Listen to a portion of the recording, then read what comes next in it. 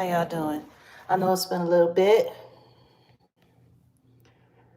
What's up? What's up? What's up?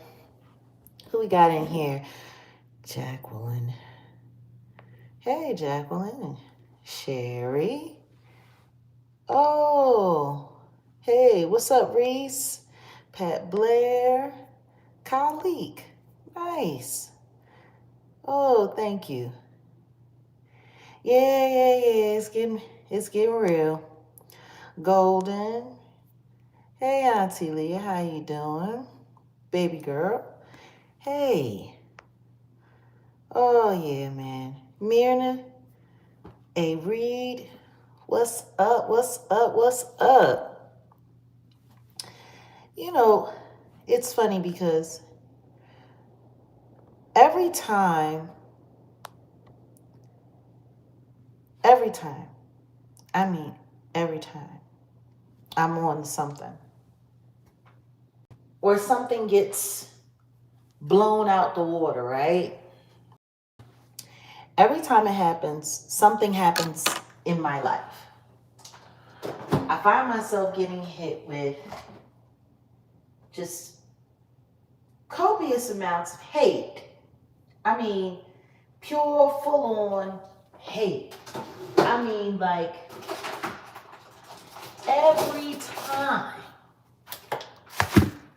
something pops out of the water, whether it's, me that's blowing it up or someone else that's blowing it up. The next thing you know, the hate kicks up. The online hate and the fodder and the this and the that. You know, I find it very interesting that even though I've been weighing in and doing commentary on another online catastrophe that's been happening, you know, people are really avoiding saying my name. They're not speaking about anything. I'm tagging people. I'm talking about people directly. I'm coming at them head on. And they are literally ignoring me. And good for them. Good for them ignoring me. Good for them not paying attention to anything I'm saying. Good for them not having anything crazy to say about me. Good for them. But see, I think what the real issue is that they don't want to go back and forth with me, because going back and forth with me will create,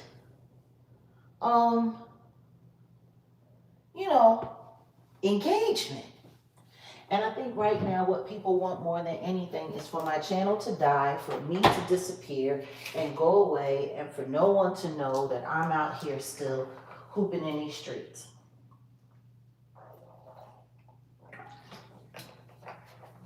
And I get it. If I was my enemies, I wouldn't want me out here either. If I were my enemies, I'd want to stay as far away as I possibly can from anything that Jaguar Wright has to say, because apparently the things that she has to say turns out to be true. Oh, welcome. Who do we have here? New member. Welcome, Homestead. Welcome. So, well, thank you, Jessica. I appreciate that. Sometimes I'm looking at the chat. Sometimes I'm not. I'll be walking away. I'll be coming back and forth. Thank you, Eva. So, yeah, let's talk about today. Oh, don't worry. Pray. That's what I'll say. Rather than worry about me, just pray for me. Pray that God will continue to keep guiding my steps and protecting me from any enemies and all harm. Yeah. And pray that His will be done. Because whatever happens, it's God's will.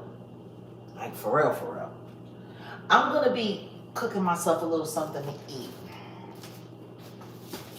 So I'm going to do my best not to snack and not to drink and not to, because apparently if I have a little nibble of something, if I eat even a little thing, oh my God, it's the worst thing ever. Do you know? Worst thing ever. Oh my God, it's terrible. the idea of me eating and nourishing myself. No, because what I should be doing is starving myself all day and all night, like those poor girls on that show. Now, fun little fact, just so you know, and we've done mukbangs. Nobody ever complained about it, but, you know, whatever. Go off. There's always special rules for me.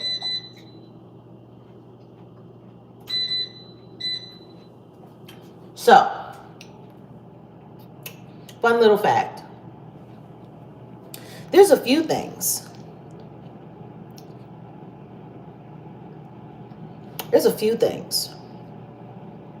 And I mean a few things that a lot of people don't know about me. Number one, I'm not big on television. There are very few shows that come out on TV that I watched and got into like that. Like, and I'm talking about some of the biggest shows in America and in the world. For crying out loud, The Walking Dead. I love that show. Love that show. Want to know when I started watching it? Season 4, I think it was. I think it was season 4 when I finally got on board with The Walking Dead. When The Walking Dead finally hit, it was season 4 when I got involved. I remember because a friend of mine was talking about it and he kept saying, yo, you remind me so much of Michonne. And I'm like, Michonne? Who's Michonne? He was like, Michonne, you don't know who Michonne is? And I'm like, who's Michonne? He was like, man, she's this kick-ass chick with a sword, but she does this and she does. I'm like, huh? On The Walking Dead, you don't know who Michonne is? It wasn't the same without Rick.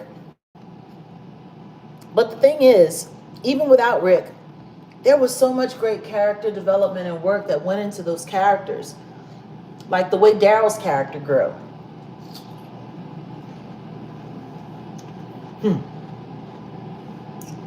Or even little Judith.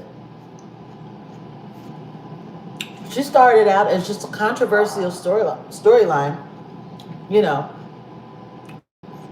this baby in this weird love triangle. And she became a real kick-ass character later. Michonne's character, Carol. There was some really interesting, you know, I never thought that I would even be able to get into Negan. You know? I never thought I would ever be able to embrace Negan in any way. Never. Never, ever, ever, ever, ever. Did I? I hated Negan. Oh my goodness. And then, you know, you start learning backstory and they start bringing you in. Listen to me, Carol. But Carol was always a heartbreaker from the very beginning. She was a heartbreaker. She was a heartbreaker when she was, you know, going through what she was going through with that husband of hers. She was a heartbreaker when she started making her own choices. She was a heartbreaker when she started deciding, you know, to take matters into her own hands. Like, that was always Carol's, like, that was Carol Steves. You know? That's who she was. But I say all that to say, it was season 4 before I even started. Like, I don't know why, but there's a part of me that can't be a follower. Like, there's just a part of me, you know, coming from Philadelphia. Every girl in Philly wore 5411 Reeboks. Reeboks was the sneaker. The whole city, all the girls in the city wore it. I mean, it was such a known fact that it even showed up in rap songs. Like Biggie Smalls talked about how loyal black girls were to the 5411 Reebok in his songs. Like, that's, you know, when Alpinas was huge, everybody in the city, certain parts of the city, like I always talked about it, it was herd mentality. And for me, I was wearing Tretorns. I did it on purpose. We would go shopping. You not getting no Reeboks? No, I don't want Reeboks. Everybody else is wearing them. Oops. Now that's crazy. Hold on a second.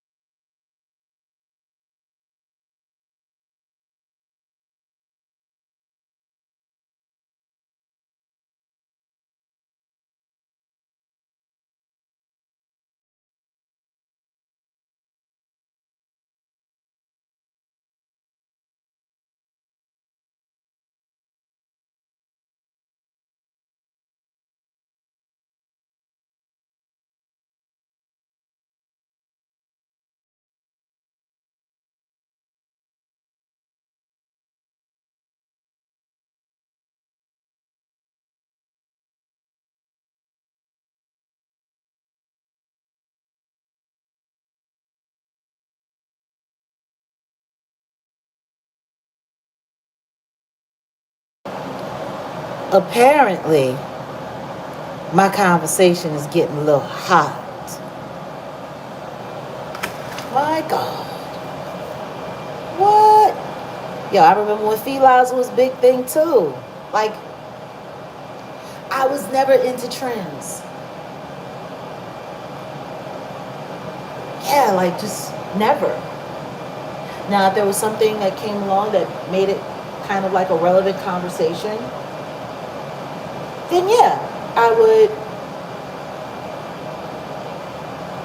That's the funny thing. There's no smoke. It's weird. I honestly think it's what I'm talking about. I honestly think what I'm talking about is what's pissing people off. And come on, guys, don't be selfish. Don't be stingy. Hit those likes. Maybe that's why it went off. Ain't enough people liking it. No, but seriously, I've never been the one to jump on to fads and trends. It's never been me. I'm not that person. If everybody else is doing it, I don't want to do it. Like, I always felt like when I would ask people, why is this so important to you? Like, why is this the thing that you're into? Why is this the only thing that you're interested in? You know, I would ask people that, like, what makes this so special? What makes this the thing that you just have to do, and you just have to buy? Like, when did you know that you started liking this stuff? And when I would ask people that, you know what they would say? Same thing. Everybody's wearing it. Everybody else wears it. If you don't wear it, people are going to think you're weird. I thought that was interesting. Very interesting that that's the conversation. If you don't wear it, you'll stick out. And people will notice that you're different. Which is funny. Because individuality is not a bad thing.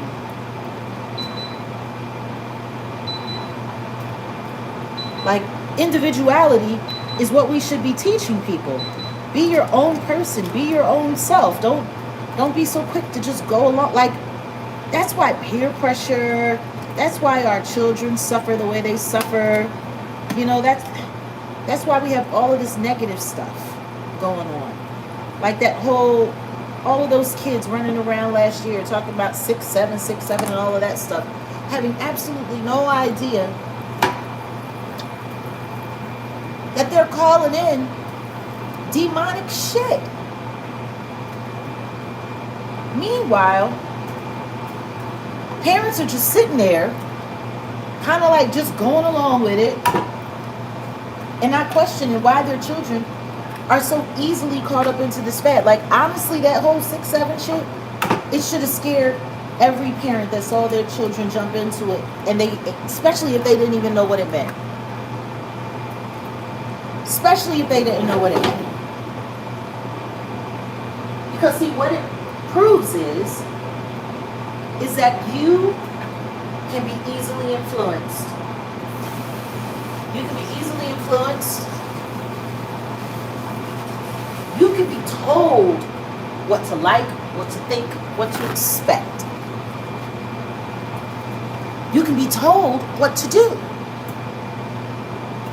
And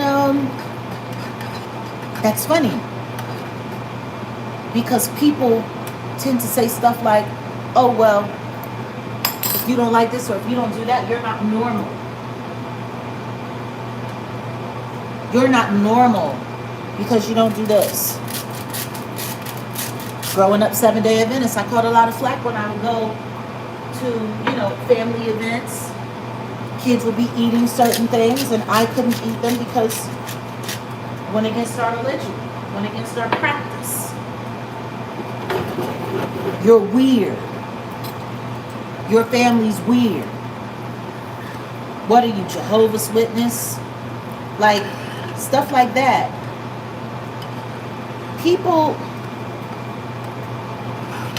we have been trained to be uncomfortable with not fitting in. Meanwhile, the culture of fitting in has done nothing but kill people's ability to like, think for themselves. It's killed the ability to do that. So, now that I've finished preaching, let's get back to another fad and trend that I didn't get into. America's Next Top Model. Didn't watch it. And that's strange because I knew somebody on the show. I was very fond of someone on the show, Manuel. Manuel was my makeup artist from 1999 through 2005. He did all of my cover art for all my albums.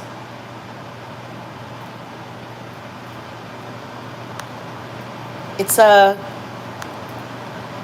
actually, hold on a second. Let me see if I can find that picture. I had so many pictures of he and I from video shoots and stuff like that. And a lot of those pictures were in that Penske truck with my entire life in it as I was moving my family away from harm and danger out of Dallas because I was being stalked by a bunch of insane YouTubers. And a lot of those pictures were in there. But I think I might have posted a few on my Instagram wall. I'm trying to think if I have one in here. I'm scrolling. There's a lot of pics in here. A lot of pics in here. But if anyone has ever seen my middle finger picture of me in the Dolce & Gabbana with the beautiful big hat on and the gorgeous makeup, Manuel, that was his work. I probably should have looked for it before we went live. No, it's not in here. It must be in the other phone. But, I mean, come on. You guys have seen the picture. You know what the picture looks like. Some of my best pictures from my early career, J. Manuel. You got to understand, J. Manuel was the statement. If J. Manuel was working on you, you were special in the industry. You couldn't have gotten him to be paid for by your label any other way. There's plenty of girls that were signed to label deals, major label deals, that couldn't get J. Manuel. And when I was working with Jay,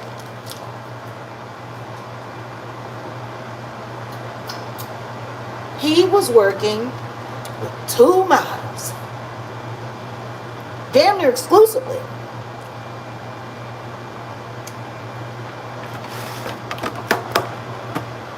Iman and Tyra Banks. Now, of course, Tyra Banks was the newbie. Iman was the vet. She was the pro. But yeah. So there would be days where Jay would be like, I'm coming to do your makeup, girl. Baby, I'm coming to do it. They tried to stop me, but I told them, no, I'm getting it done. I'm getting it done. Iman was driving me crazy. Whoopty, whoopty, woo, yada, yada, yada. I mean, Iman's makeup line that came out, J. Manuel, he was behind that. A lot of people don't know it. And Jay really doesn't, I don't think Jay talks about it that much. And it's probably because a lot of what went wrong with that venture. And, you know, he's doing the class act thing, so I'm not going to try to put him out on blast too much. What I will say is, I don't think he got treated fairly at all with that makeup deal. That makeup deal was very unfair to him. He was, in my opinion, he was not treated very well. I'll say that. So when I was watching the documentary and I heard him say how when the first episode came out and her and David Bowie called and they were congratulating him, telling him that's where he belonged. That's, you know, that's where he found his space. I detected the shade, you know? I did.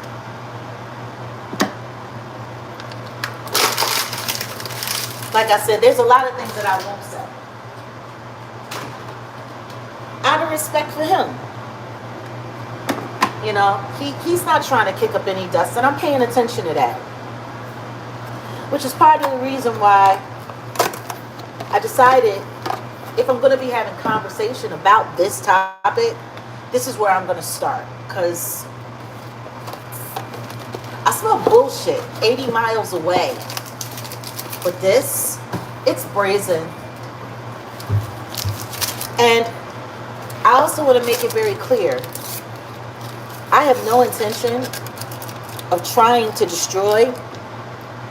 I thought it was odd Jay mentioned Iman and her husband called him about the show. It seemed like her and David let him go. They did. They did. When I tell you, it used to be like, it was like Iman was Iman, you know what I mean? And for black girls, the only other black girl that could rival Iman at that time that Iman would even briefly accept was Naomi. And I think part of the reason why she felt comfortable with doing that was because Naomi was British. She wasn't a black American. So Tyra coming along made not a lot of people were interested in Tyra being around, including and most specifically the black models who were essentially mostly just African and with European descent. So yeah, there's a lot of controversy there. So even him working with Tyra, It created a lot of drama for him. A lot of drama for him. But I understood why he did it, because with Iman, there was no control. Like, he was never going to have control. He was always going to be beholden to them.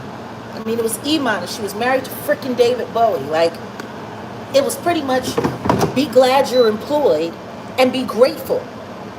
Like, you know what I mean? It was kind of like along those lines. And Tyra was new, up and coming, and not only that, she was an underdog. And I think they shared that in common as well. You know, she wasn't the bee's knees. So when I saw her yelling at that girl Tiffany, because like I said, I never watched the series. I knew Jay was on it. I was happy for him. But I heard the chatter in the backdrop of what that show was all about. And it wasn't about modeling. Not at all. That show was not about modeling. You know, it's, people don't realize, like, at that time when Tyra did that, she was on her last legs. And she was struggling with her weight at the end of her career. She was getting bigger. She was gaining weight. So, like, when you look at everything that happened, the totality of it, you know, she tried the acting thing. She did Fresh Prince. Well, it's not like she was on that for very long. I mean, they did everything that they could do to push her everywhere that they possibly could push her. She's not an actress, not really. I mean, she's not a great actress. She knows how to read lines. She understands. She just doesn't have. I've never seen Tyra as a personality person, in my opinion. I don't see her with real personality. Like, yeah, she has an attitude, and you know, she tries to do the black girl thing. She tries to do the white girl thing. Like, for real. She's always looking like she's trying to fit in somewhere. So the idea that Les Wexner and his coveted brand, Victoria's Secrets, put her on, that was a huge deal. She was the first black model to get picked up. And that's wild, because when you think about it, Jeffrey Epstein was heavily involved with Victoria's Secrets at the time she got her contract. And, you know, I mean, they pretty much lightweight dubbed him like the unofficial modeling scout for Victoria's Secrets. You know, lots of code switching going on with that one. But the one thing that I've realized about Tyra is, and the one place where I see where she would have value, she was willing to do anything to be a part of the industry. Anything. She was willing.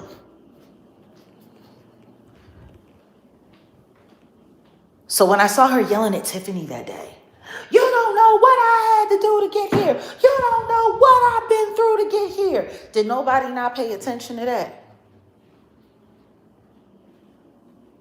Did nobody not pay attention to that? I mean, I know that people was like, oh my God, you know, oh, Tyra, she went too far that day. Oh, Tyra, you know, she just snapped that day. You know, it's some real, y'all don't understand. It's some real personal black girl stuff. What black girl stuff?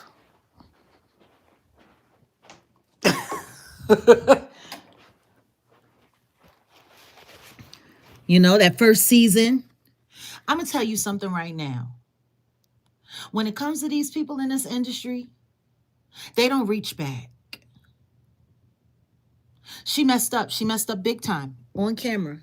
Put her hands on people. She did all kinds of stuff that could have created lawsuits, all kinds of things.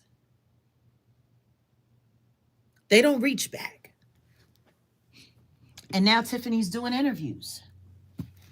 And I dare to say she's not being completely honest either.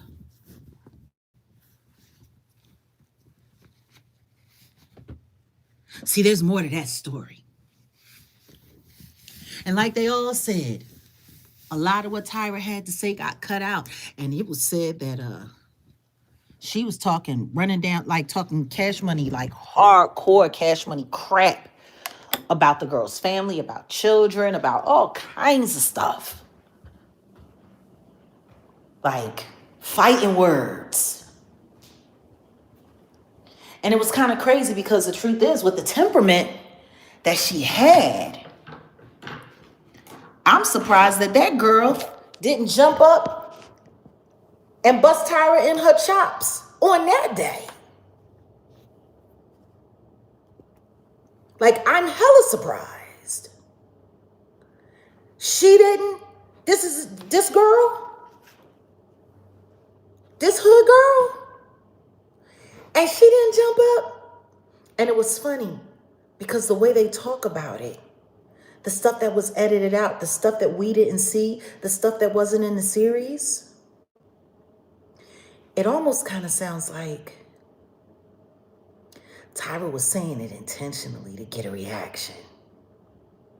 Kind of like how Antoine Donaldson did with Corey Holcomb. Or like how Trashy K did with me when I did that interview with her. Yeah. That's what it felt like to me. Tiffany, for whatever reason, she didn't fall for it that day. She did not fall for it.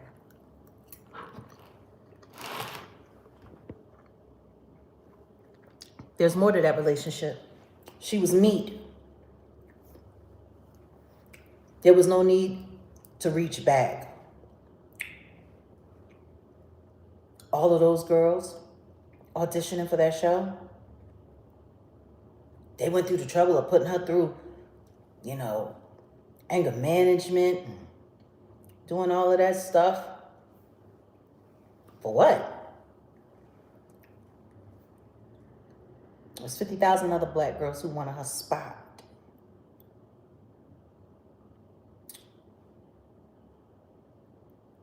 There was something more there. She had become Tyra's pet. And apparently, she let Tyra down. Now let's talk about model culture. In the modeling world, this is an entire part of the industry that's based around nothing but vanity. Talent is to look good in the clothes they dress you in, to be able to walk, to be able to maintain a certain thing, and to have good acumen and rapport in public with people. That's it. You don't have to be a dope, crazy intellectual. You don't have to have a wonderful singing voice. You don't even have to be a good dancer. You don't have to have any other talent other than being able to maintain a look. Pure vanity. Pure vanity. And the second that your looks start to fail their expectation, you are worth nothing. They move on real fast.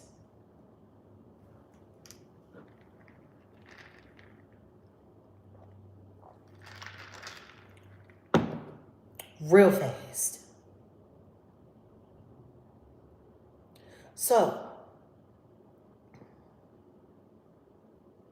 yeah, in the devil's advocate, vanity is my favorite sin. Yeah, because it's the one sin, he ain't got to do no work. The second that you become in love with yourself, the second that you become full narcissist, you're going to bust your ass to keep all of that up. Oh, I'm going to have to get my my readers for this.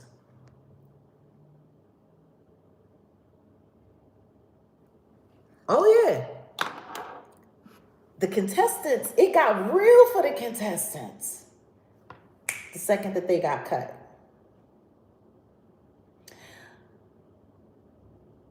See, and that's why I want to be very careful with the commentary that I'm doing, because the truth is, that's just the modeling world. Models get treated like shit. All of them, even the greats. Their self-esteem is constantly challenged. They are constantly demeaned. They are constantly degraded. The only other people that I think get treated like publicly known and accepted, like that get treated as bad as models do, are ballerinas. And that's wild, because the stuff that they have to put their body through and the stuff that they have to do is insane. That's why when a ballerina finally makes it to a coveted spot, they fight. They'll fight to the death to hold on to it, because they just don't want to go back to getting treated like trash again. And even when they're all the way up there,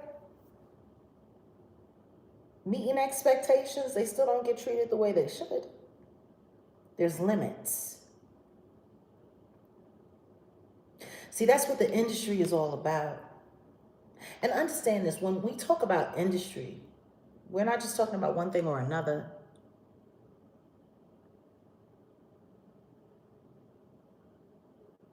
Yeah, being stuck in a hotel room until production is over. Yeah, absolutely. It's almost like being in jail or being in isolation. Just a nice jail. I mean, probably get room service if, production is being nice. When I talk about the industry, I'm talking about dance, film, music, production, sports, modeling, like anything that's under the realm of entertaining and distracting the public is all a part of the entertainment industry. All of it, just different branches. So, cosmetics, all of it. All of it. So like when you're seeing people doing their commentary, like for instance, season 1 winner, I can't remember her name, but she's been doing some interviews and she's been saying, like, I have a lot of respect for the way Tyra's handling all of this. But it's what she said that was really interesting. What she's supposed to do. Apologize when she's not sorry. She meant everything that she did. Laughing all the way to the bank. Why should she be sorry? Good for her. Adrian. Now, I can't be mad at her because I used to have the same attitude about the music world. Like actually, if I was still in the game and I was still, fighting to get one of these companies to put my album out and to support me and the media blitz and all of that, like some of my contemporaries from my era are back out here swinging again, wearing witch hats. It's interesting. The mini witch hats though, not the big ones yet.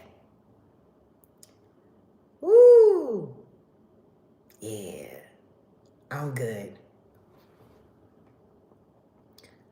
But if I was still in it and I was still loyal to the system like I used to be, you know what my attitude would be about me? My attitude about me would be, That bitch should have kept her fucking mouth shut. She burned it all down. There might have been a shot for her to come back, but she burned it all down. Look at what she done. Oh well. Oh well. Hope somebody has an insurance policy for her. That would have been my attitude if I was still in the industry about me.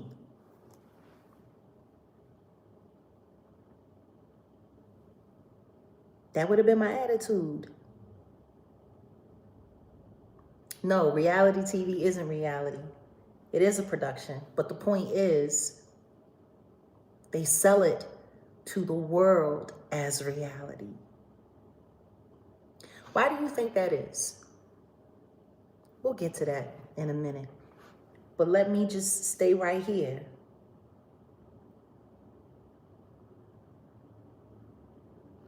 So I understand the attitude that these people have, because they're married to it. They're stuck in it. Like, I'll never forget the day before I hit the live button on my Instagram page. I had a conversation with myself. And I said, if you do this, there's no going back. And if you do this, you got to do it all the way. You can't play with it.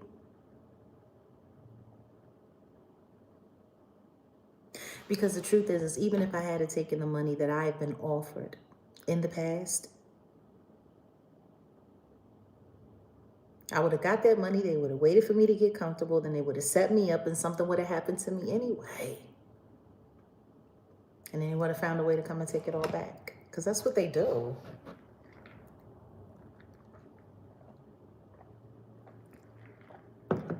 So when I decided to walk away,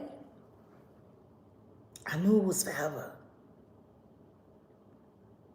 You want to know what's crazy? I wanted to reach out to Jay and wish him congratulations when I first saw him, you know, instinct. He looks great, you know? Considering. He looks fantastic.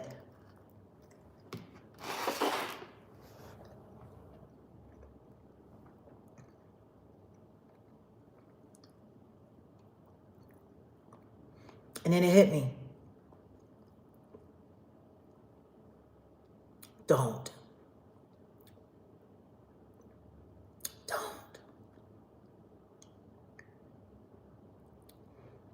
If he answers and he's welcoming, you should probably be suspicious about that. If he doesn't, there'll be no surprise there and it'll probably hurt your feelings. Or if he answers and he answers with disdain and vitriol, that could create an argument that doesn't even need to be had, which would be just another negative story that somebody in the industry would have about me.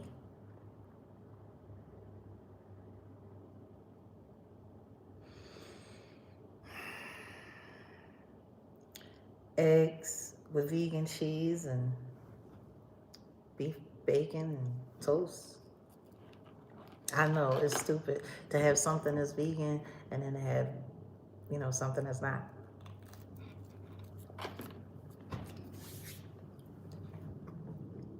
Can't have multiple cholesterol builder things anymore. I'm too old for it.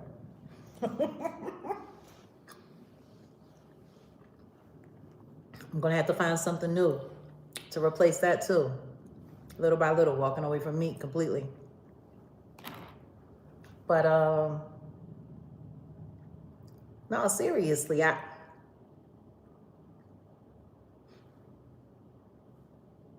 wanted to call him. And me and Jay, we have never had a distasteful moment between us ever. But see, he's in there.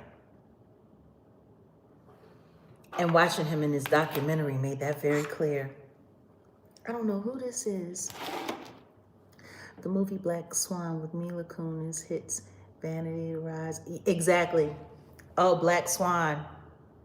A lot of the same culture that you saw in Black Swan, we saw on America's Next Top Model, correct? And so for me, y'all got to understand, when I saw Jay, I thought about your story with him doing, yeah. It's like, this is the tricky part about walking away. Because there are people that you love that you have to leave behind. But see, he's in there still. I hope his husband is doing well. I doubt that they still have the same dogs that they had back then. But I will always wish him well. But I can't pretend like I don't know what he's stuck in there doing and who he has to do it for.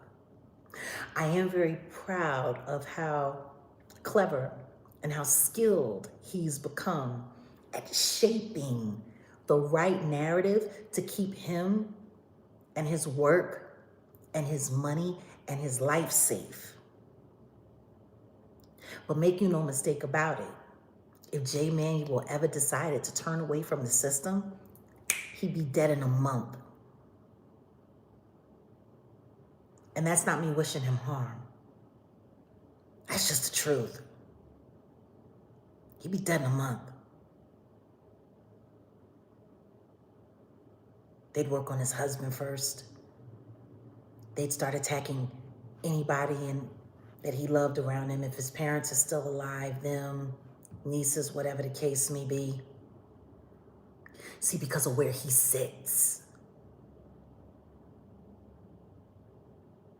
The closer to the seat of power that you sit, the more vulnerable and the easier you are to be moved around.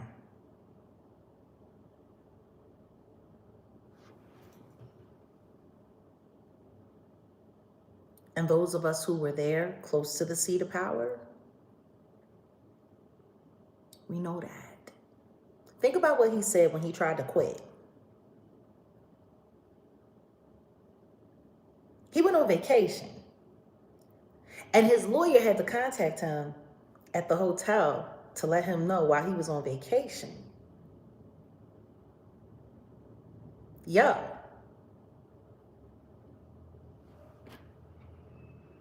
They got demands.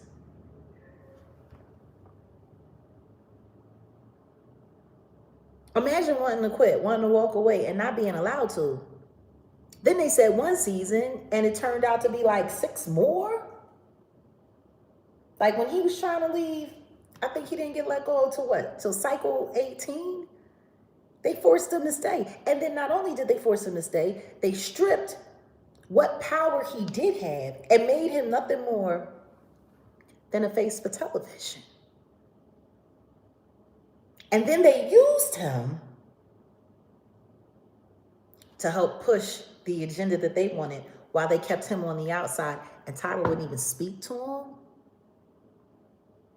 Like that should let y'all know. Like, see, and this is why me talking about this and me doing commentary about this is going to hit so much different than anybody else. So I suggest that everybody like, share, subscribe, become a member if you want to sit in the chat and you want to talk.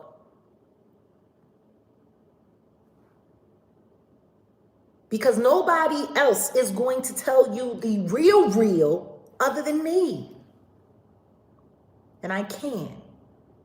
Because I know these people. And these people know me. I've worked with these people. I've spent time with these people. The apartment that he was talking about, where they had the watch party for the first episode of Top Model, I've been to that apartment. I know exactly what he was talking about. That apartment was immaculate. It's one thing that I will say about him and his husband, impeccable taste. Nobody thought it was strange that they had the watch party at his place and not at Tyra's place, because his place was better. Jay has always lived a very, very, very impeccable life. Him and his husband, he chose what he wanted to choose. And that's why I'm not going to, I wish him no harm. God, I love him. But I know what he's stuck in. And I pray that anything that I say regarding my conversation on this matter doesn't hurt or offend him in any way. I ain't trying to put him on blast. But see, I know what I know. Y'all know me. Anytime anything like this is moving and being pushed this heavy regarding the industry, for me not to talk about it looks crazy. It would look crazy.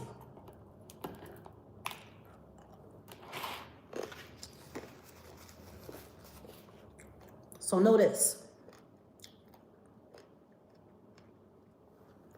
If any of this should make its way back to J. Manuel,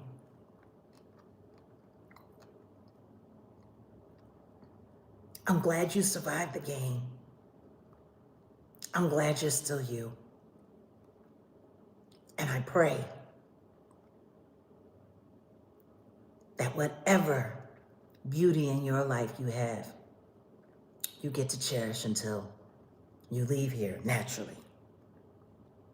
I pray that you and your husband are impeccable.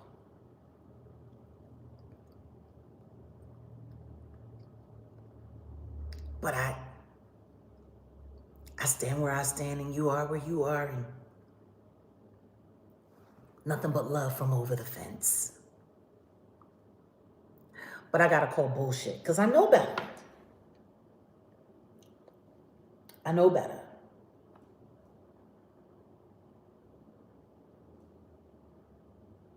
Like he said, they didn't use the words blackballed, but they made it very clear that he could be blacklisted. And for a gay man at that time who had worked as hard to get to where he had gotten, and then not only that, to be in the fashion industry. I mean, for real, J. Manuel's like the model whisperer. Like if I had to give him like a name, I would call him the model whisperer. He's phenomenal. But he's doing it for them, and that's the devil.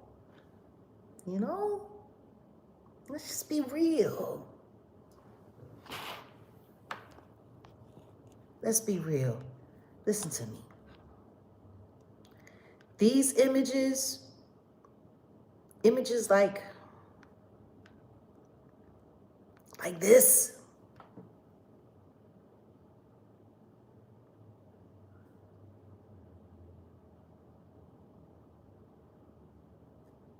they call that beauty.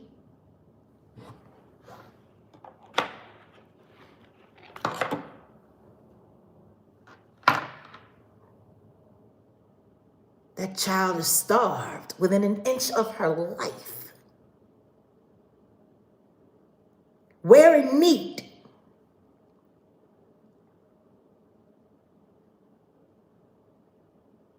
Literally, posing in front of meat. This was 2008. Want to know what's funny? Things always come out in fashion before they hit the mainstream. This is when it hit the mainstream.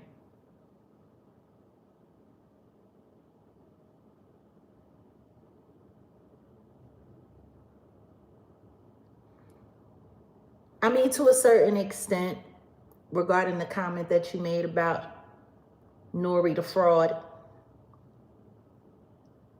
to a certain extent, but it's really not three doors, because whatever those 3 doors are, they all lead to the same place. It just, 1, you take the long way. 2, you know, it's a little bit shorter. 3, it's the express route, but it all leads to hell.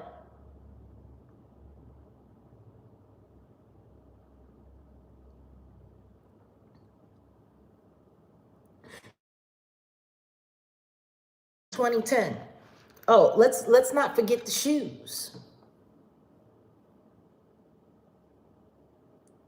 Now, she said when she wore this in an interview that this was supposed to be representation of don't ask, don't tell, and something about meat on our bones or whatever the case may be. Total bullshit. Let's be real. There was an objective, there was an agenda that was being sold out there. It's definitely a statement. But it's grotesque. Period. It's grotesque.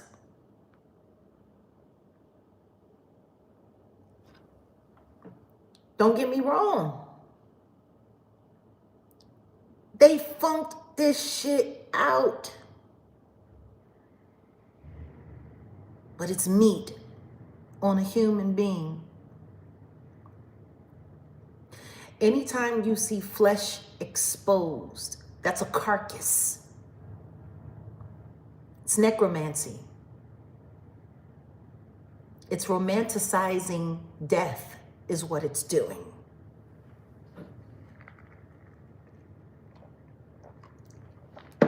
Exposed flesh.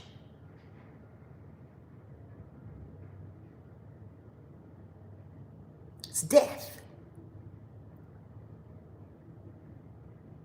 Those shoes did look like they were made from real humans, didn't it?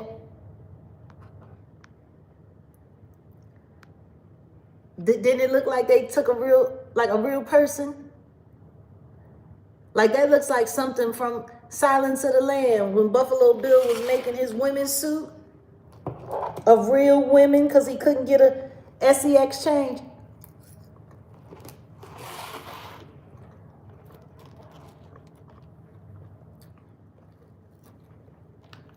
That's the beautiful thing about the industry. They know exactly what it's hitting for. And I'm not saying that people like Manuel are in on these choices. I'm not saying that at all. Matter of fact, he pretty much said it himself. Whether he agreed or not, it was happening anyway. He had 2 choices. He could lose his job and have to go back to hustling in Manhattan, or he could just play along. See? Or he could just play along. Because if he didn't do it, they were going to get somebody else to do it. And at least, right, he's more compassionate, at least, right? But even with the kind of person that he is, you could see the detachment. What was that girl's name? The Kenya? When she was complaining about the dude that was sexually harassing her right there on the set. And Jay was looking down and she said something and he had to get her back in line. That's how it works. You want to know how else it works just like that? Not just in modeling agencies, but in escort services. That's how they treat escorts too. You know, as we get further into the Epstein files, and you're hearing about all of these modeling agencies and talent scouting and all of this stuff, those models' dormitories, the way the models live is the same way that the escorts live.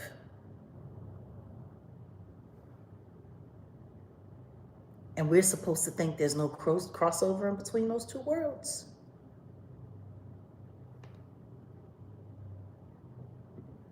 You heard what they said?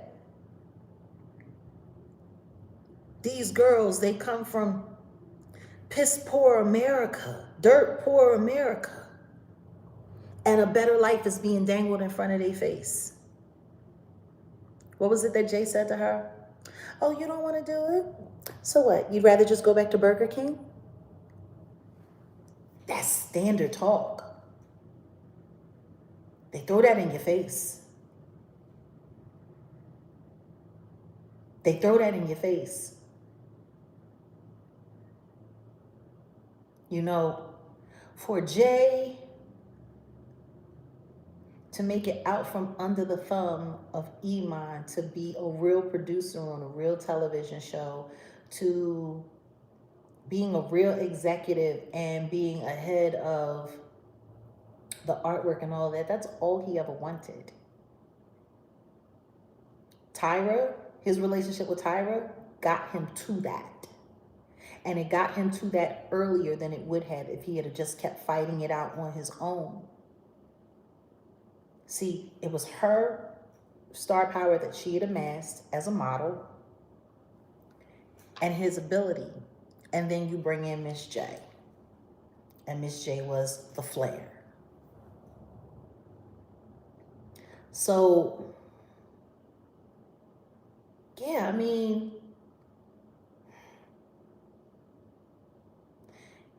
if he didn't do it, they was going to get somebody else to do it. And that's the wild thing, because you want to know what's wild? We heard that last year from somebody else. We heard that from Cassie when she was testifying during the Diddy trial. When she said she went through with a lot of those freak-offs because if it wasn't her, it was going to be somebody else. Put a 1 in the chat if y'all remember Cassie saying that.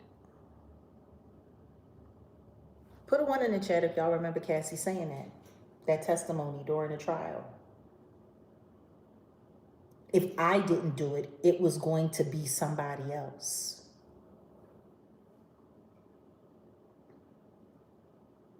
See, this is why it's important for somebody like me to be out here telling y'all what's real and pointing out things that people might forget. Now, I want y'all to think about that. We're talking about someone who is a creative director on a show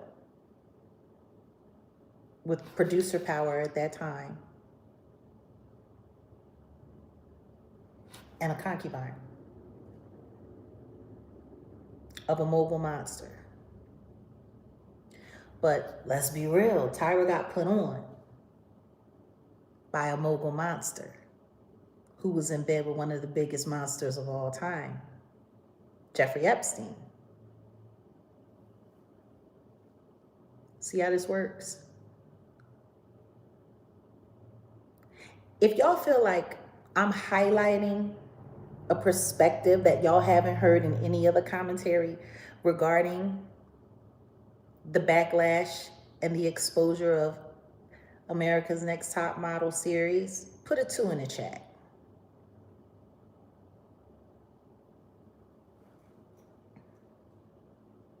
So, enough of me talking about what Jay had to say.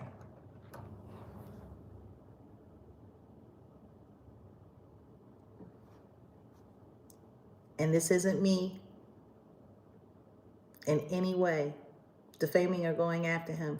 This is me highlighting and using what I know about him and his experience and his position to express one clear fact. If you are in there, you're going to do what they tell you to do.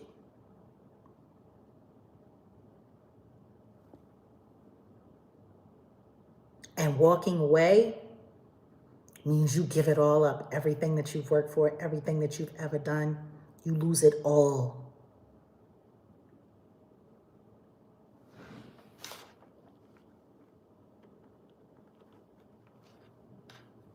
Six degrees of separation from Epstein, more like 2 degrees. If it wasn't for Victoria's Secrets and Les Wexner,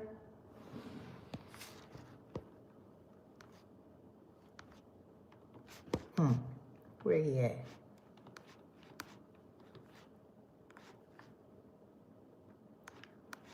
Here he is. This old fool. If it wasn't for this guy,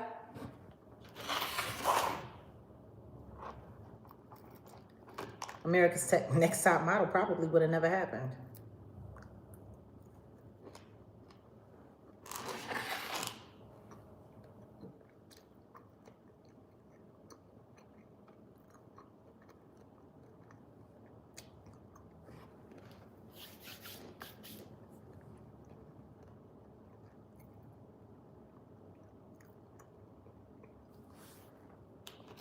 Do y'all see what I'm saying?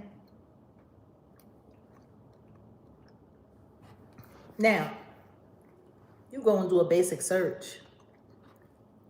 It's going to say very clearly, Tyra Banks had absolutely nothing to do with Jeffrey Epstein in any way, shape, or form, which is weird. Because Jeffrey Epstein was very, very, very involved with the Victoria's Secrets brand. She was the first black model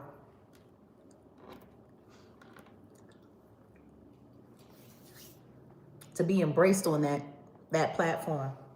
And nothing? No intersection at all. Which is wild. Because right when all of this stuff with Diddy was about to kick out and fall out, all of a sudden she decided that she was going to sell melted ice cream to the world, but start the company in Australia. And then she did a pop-up in Washington, D.C., 2024. Kamala Harris showed up right before she lost. Then there was a lawsuit about that one. People are questioning that entire brand. I'll tell you what, and I'm not saying that it's true, but if I had ties to some real nefarious stuff in the game, I mean, some wacky ice cream brand, sounds like a great way to launder money, you know? Almost better than a laundromat, or car wash, or parking lot.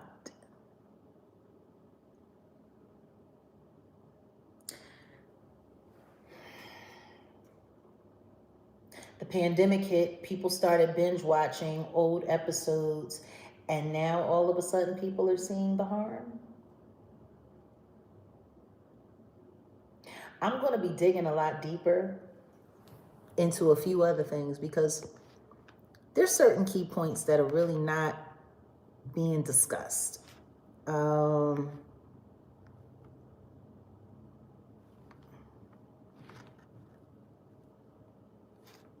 This guy,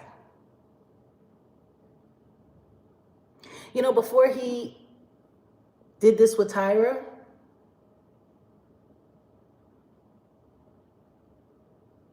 he was involved with making the band. I've been doing a little research about his character.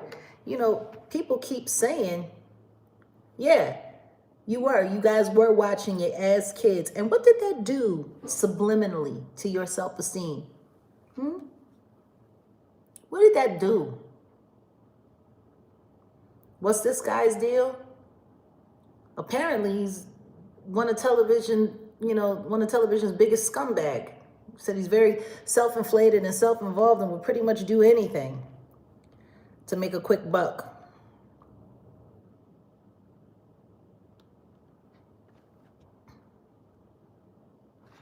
You know, it made you feel ugly, yeah? This guy, the only thing that he said he regretted was the crime scene.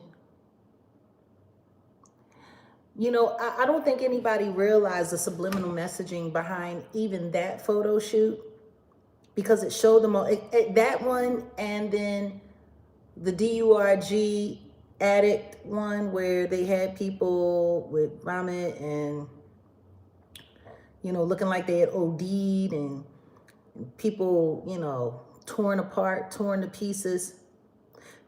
when is anybody going to acknowledge the fact that all of these photo shoots were, I mean, they all look like humiliation rituals, did they not? Did they not? These girls were put on television to humiliate themselves, and people knew it. And they had people rooting every week, every week, every week, every week.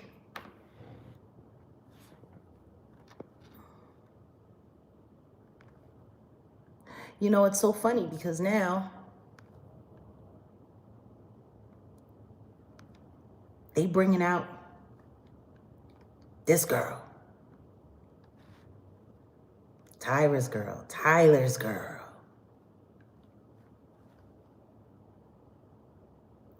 This was them on Watch What Happens Live not that long ago.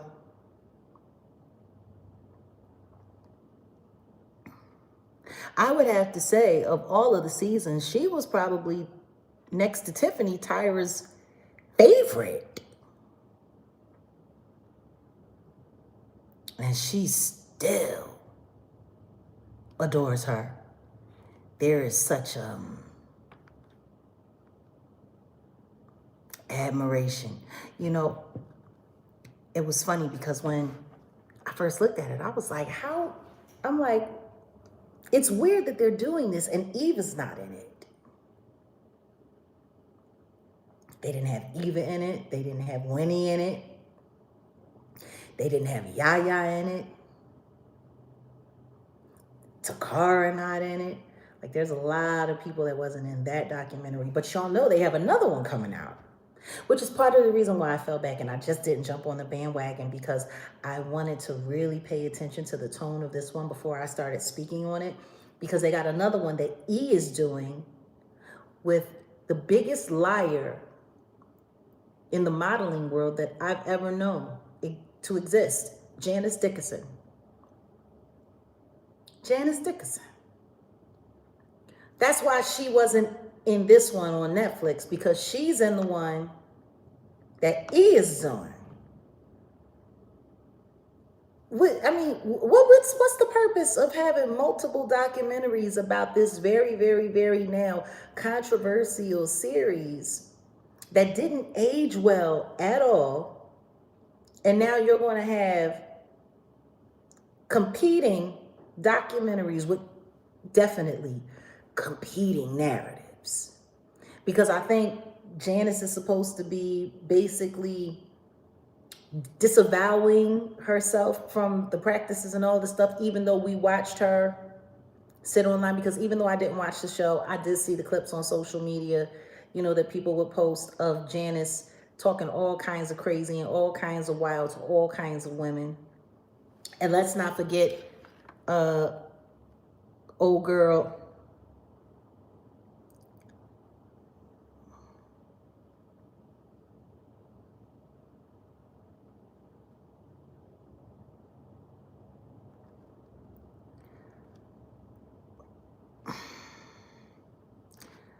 I appreciate you passing the message along. Thank you, Kylie.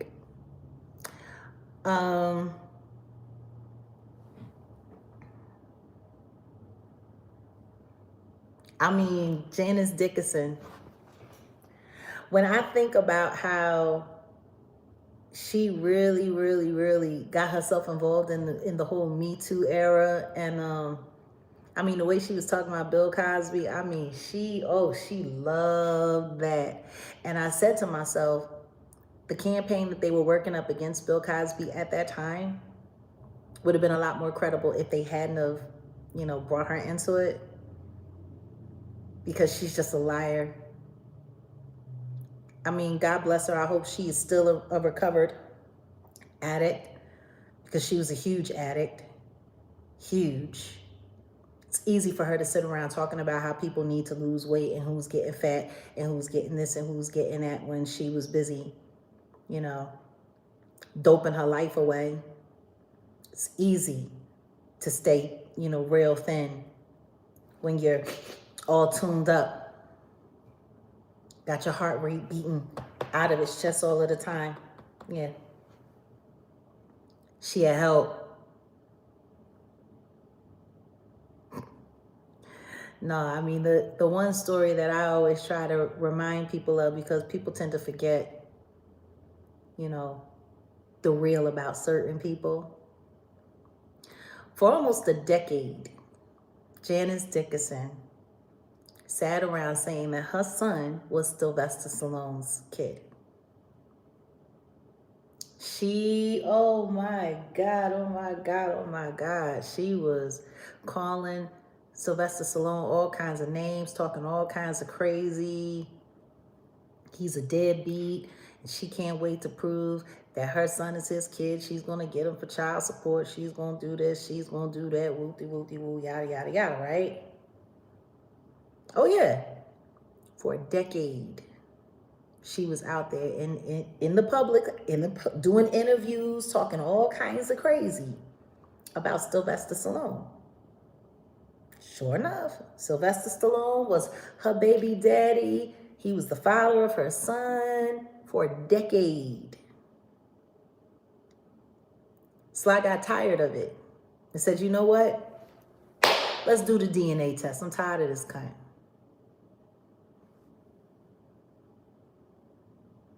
Guess what happened?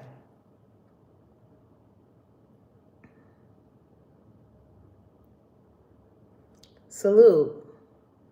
Thank you for being here. And thank you for watching. Guess what? DNA test results came back. He wasn't the father.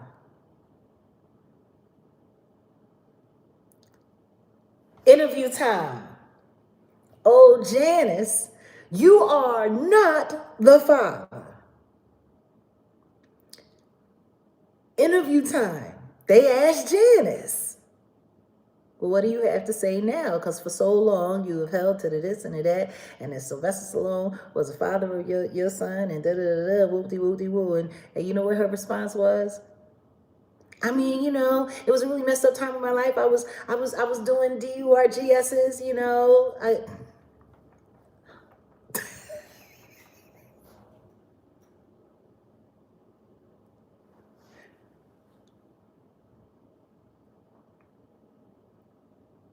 Yeah, she's just kidding.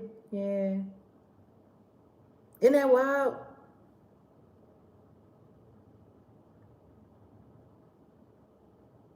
Isn't that wild?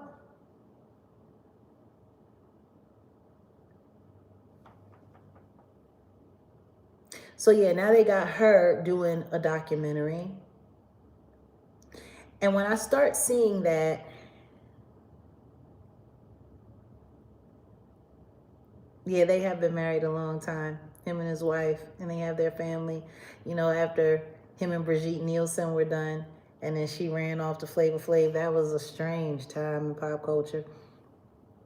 But to know that they're doing another documentary using her as the pivot piece, I don't know if she ever found out who the daddy was. She stopped talking about it in public, that I know. And most likely probably not. But her, using her as a pivot point, I smell distraction, heavy distraction. So now here we are. Everything's coming out. Everybody's looking at it. And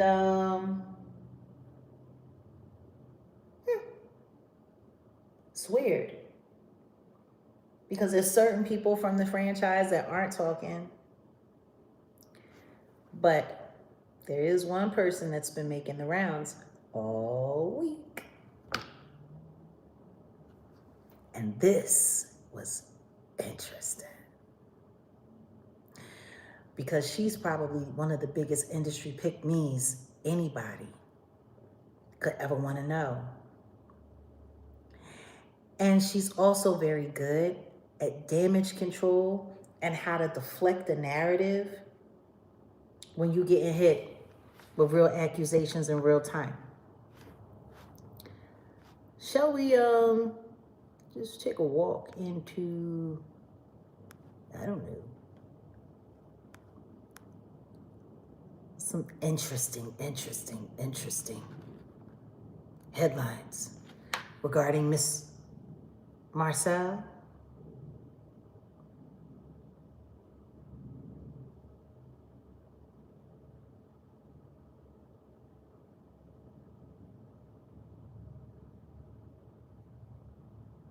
Anyone who'd like to get in touch with me, they can go to my website, or they can email me here at the Real Jag email that's attached to this, or they can just hit me up on my personal website. My personal email, which is jaguarwright@gmail.com. You know, it's so funny. She had thought that, you know, she was just going to walk that out and nobody was ever going to say anything. She thought she was going to slide right past this. And then when she got on the Real Housewives of Atlanta, it popped back up. I guess it was a good thing she had a fiance and they were having kids, and, you know, she had finally found, you know, her perfect situation. But I know a lot of people that have made it very clear that this woman likes snatch, allegedly. That she likes it more than she likes the pipiska, allegedly.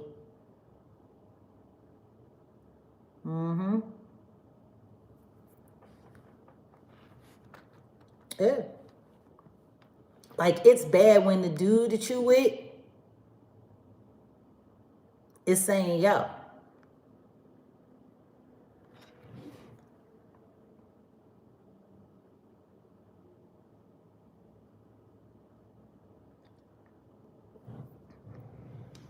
it's kind of wild.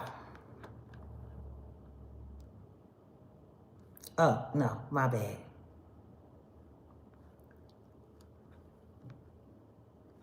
Yeah.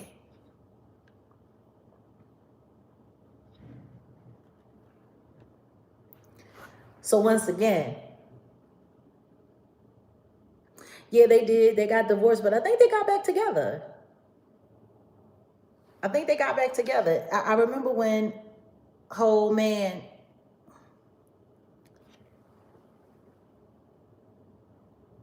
was trying to run for mayor of, I believe it was Atlanta, and he lost.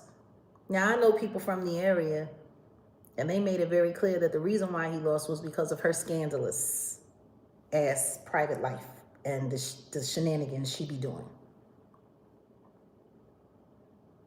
Now, I heard that from people who are very much so involved. And that her being on the Atlanta Housewives only inflamed all of her stuff, and that, you know, the people he was running against was able to use that against him, and that's why he lost. That's what I heard. I'm not saying it's true, but that was, as some would say here, the word on the street, you know.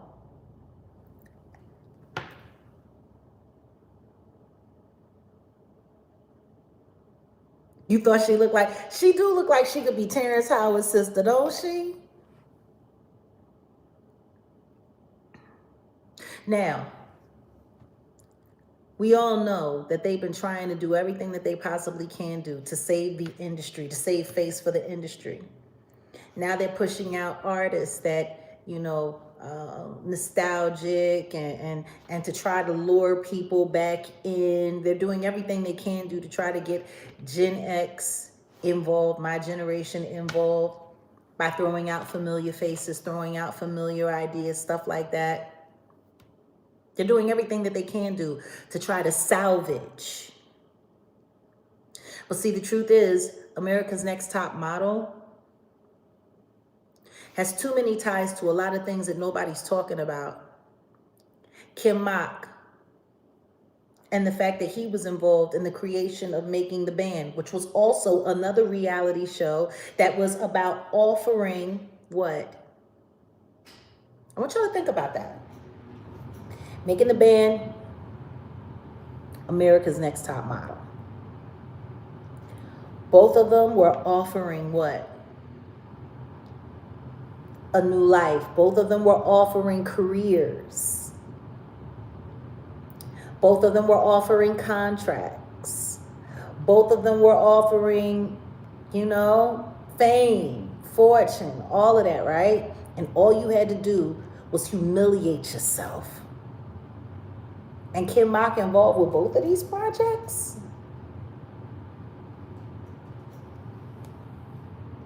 Everybody is a sucker for nostalgia. That's what makes nostalgia one of the best tools a marketer can use. Because what it does is it takes fond times and memories, endearing, and it draws you in. I'm sure the neo soul movement is probably one of the best nostalgic tools that the industry will be able to use to rope the consumer back in to giving it its money.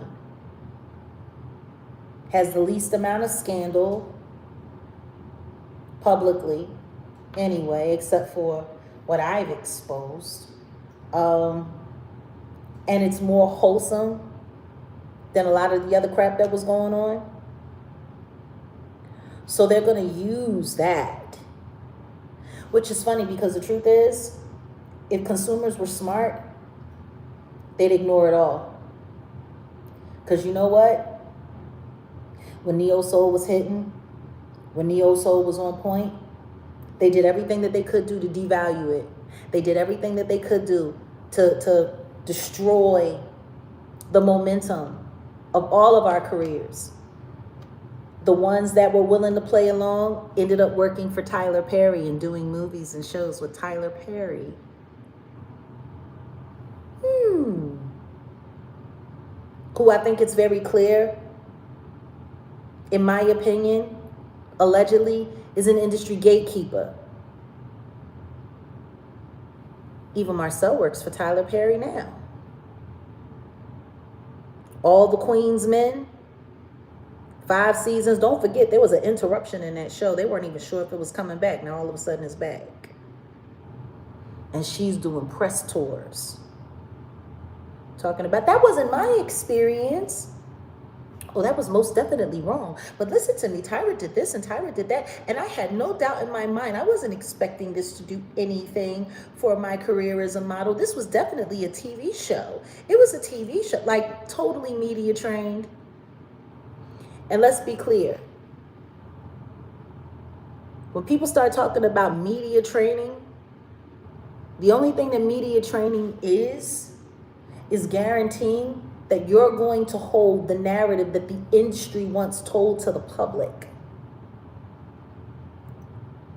That's what media training is for. To make sure that artists always give the right answer and never tell the truth. That's media training. It's like dog training. Don't piss on the carpet. Don't lay on the leather couch.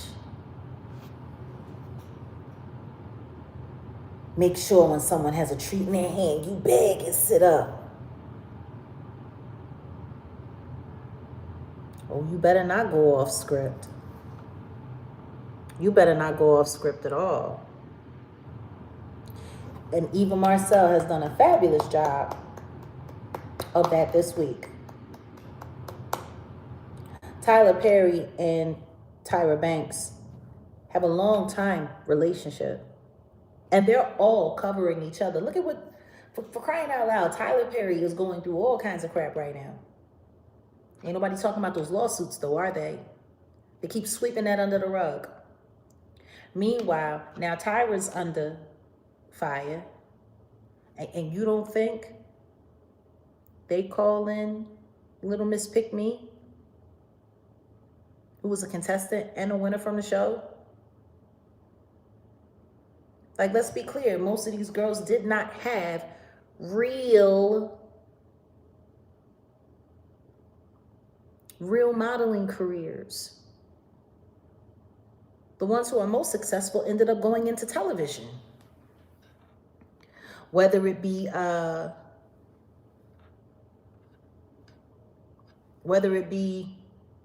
reality TV, like she did with Atlanta Housewives, and then working her way into a Tyler Perry gig. Or like Yaya. Like, very few of them have had Winnie Harlow. You know, she went on. And I think Takara for a little while there, but she was on the plus size circuit, I think. Like, there's not a lot of modeling success. And when you hear what the other girls had to talk about, so when you hear Eva say stuff like, number one, Eva didn't have like, there was no real chance of her becoming anybody's runway model. I mean, she's 5'5". She's my height. She's short. She a midget. It's print work only. You ain't no runway. So it just goes to show you how unrealistic it was. Like, it was a TV show. Eva was right about that. And I guess she was clear about that. But that's not the way it was being marketed or sold to the masses. It was being sold as a way out. Just like making the band. It was being sold as a way out. Are we not forgetting what we just heard Bab say in The Reckoning? She took the contract to a lawyer and it said it's offering fame, but not fame and fortune. And she signed it anyway. Why? Because it was Bad Boy. Just like all of these girls signed up. Why? Because it was Tyra. This is what they do. And let's just be clear about this. Tyra, she ain't had that many options either. She didn't.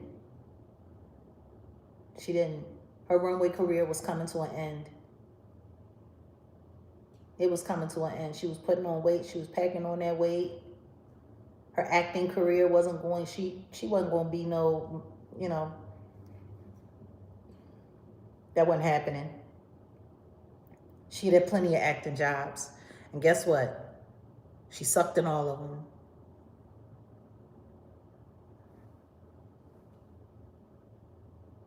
Let's be real. Outside of endorsements, and in order to keep being the kind of person that can have endorsements, yeah, she tried singing and rapping too. Yup, she did that song with Kobe. Sure did. Salute to Sutton West in the building. This was it. America's Next Top Model. This was it. And all she had to do was lure a bunch of desperate young women into agreeing to go through humiliation ritual week after week after week to be declared America's Next Top Model. Honestly, they need to rename it America's Next Top Humiliation Ritual. America's Next Top Victim. Like, no different than making the band. And so when you look at the fact that, just look at how everything is stacking, how everything is playing on top of each other. Is nobody paying attention to what's really going on? No one? They're trying to cover something up, and they're trying to gloss something over. So I'm going to be doing my commentary for this. I just wanted to have this discussion and make sure that you wrote songs and provided content for people. I am not a pick-me. Yeah, Yeah, I mean, that's what happens. They want to make sure that you're desperate enough to go along with whatever. I mean, for crying out loud, that was part of the gambit with me. I was a young single teen mom, and I wanted to do what I love for a living and be able to provide the best life for my family as possible. And for a while, that happened. But then I saw what I was selling into. I want y'all to do me a favor. All of these new projects and stuff that's coming out, before you start buying anything or buying tickets to concerts, like it was so wild. I saw a short that came from a TikTok of some weird girl promoting Cardi's concert. Oh my God, I'm telling y'all, I don't know what you need to do. You take a loan out, get a payday loan, but y'all need to go to Cardi B's. Oh my God, her show was so amazing. And she took us from Mexico and to the Dominican Republic. And then she took us to the strip club. And oh my God, the show was so amazing. The show was so amazing. Well, if the show is so amazing, why does she need to have a cameo with someone else that goes viral online to help her support that show?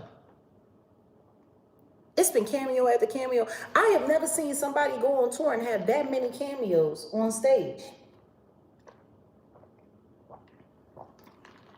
I mean, usually she done had, listen to me, a lot of people are starting to make their rounds. And if I was y'all, I'd be very careful. Because the only thing that you're doing is investing into the industry. That's what you're doing. You're investing into the industry. Industry artists are making money for the industry. Do yourselves a favor before y'all jump into anything that's being pushed out right now by the industry, whether it be music, whether it be this, whether it be that, whatever the case may be. Read the Epstein files for 15, 20 minutes. And then ask yourself if you want to go to their show and buy tickets. Ask yourself if you want to keep, streaming their music. Ask yourself if you want to keep viewing their content. Just ask yourself. If they're supporting this system. Because I think the problem that a lot of people are having with a lot of what they're seeing is that the stuff that's going on in those files is being funded by the industry. See, that's why I was speaking out. That's why I was saying we need an alternative where people can invest in something that they know is not harming or facilitating harming human beings. I don't care how kosher the artist looks. If they're making their bread for the industry,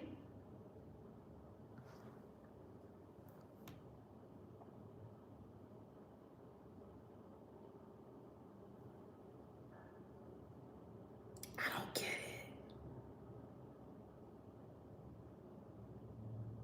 Salute. Thank you.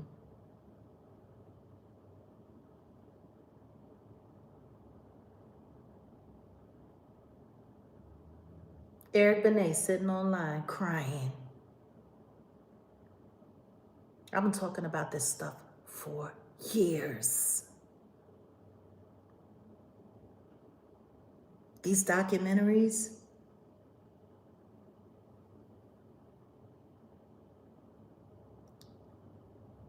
it's damage control. It's damage control. And I think we need to figure out why.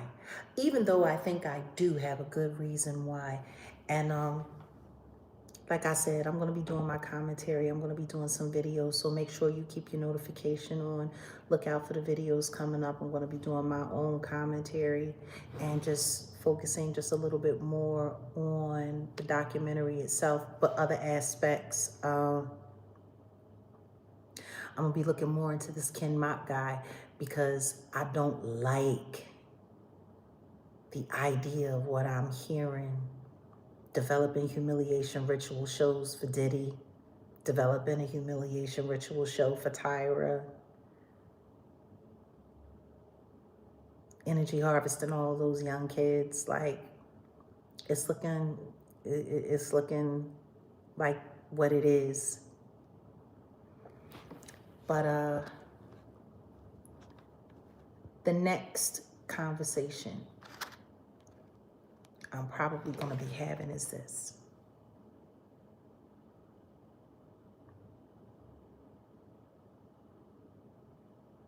Or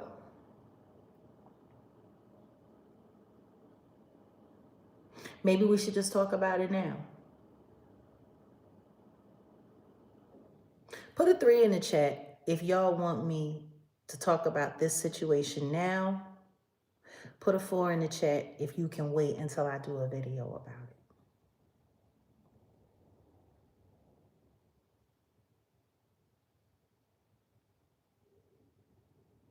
Because the truth is, this can become a video. It can.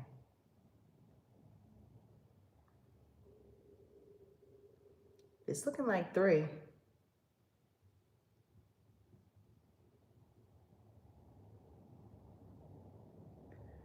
Who is that? Oh, we got a new member. Welcome, O. It's that girl. That's who that is. Shandy Sullivan.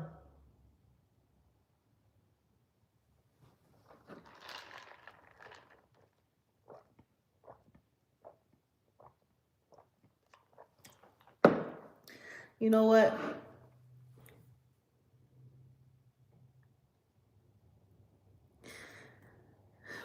Let's just get it all done right here, right now.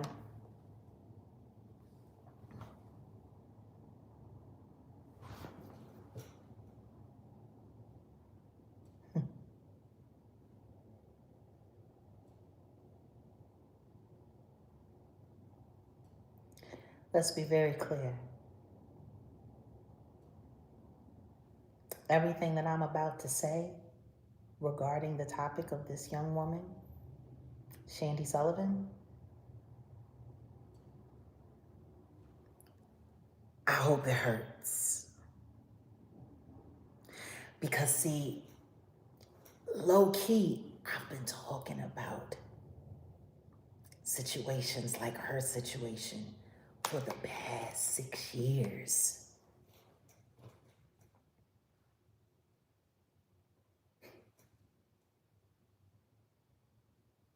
Sure have.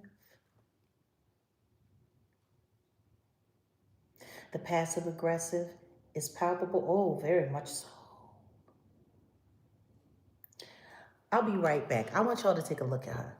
I need to grab something right quick. Since we get into it, let's get into it.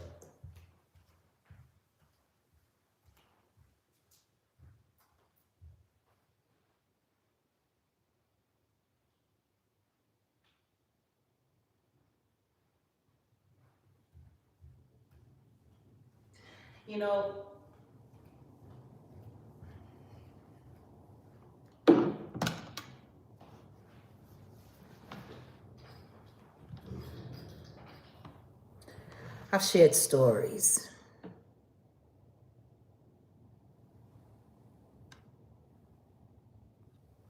throughout the years.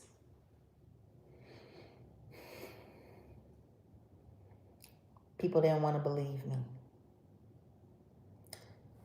It's 222 on the west side.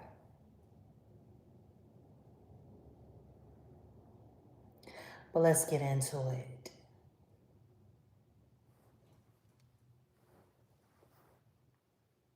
She was a kid working at Walgreens from Podunk, wherever they got her from.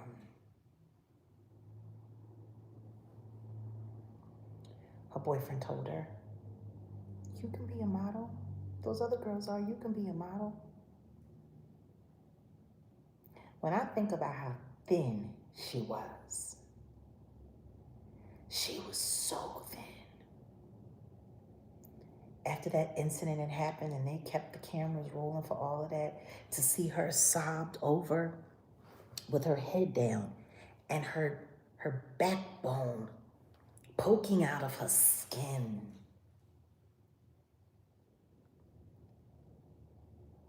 Poking out of her skin. Like that in itself is wild. Just her appearance was wild. So I want y'all to think about the fact that she weighed next to nothing.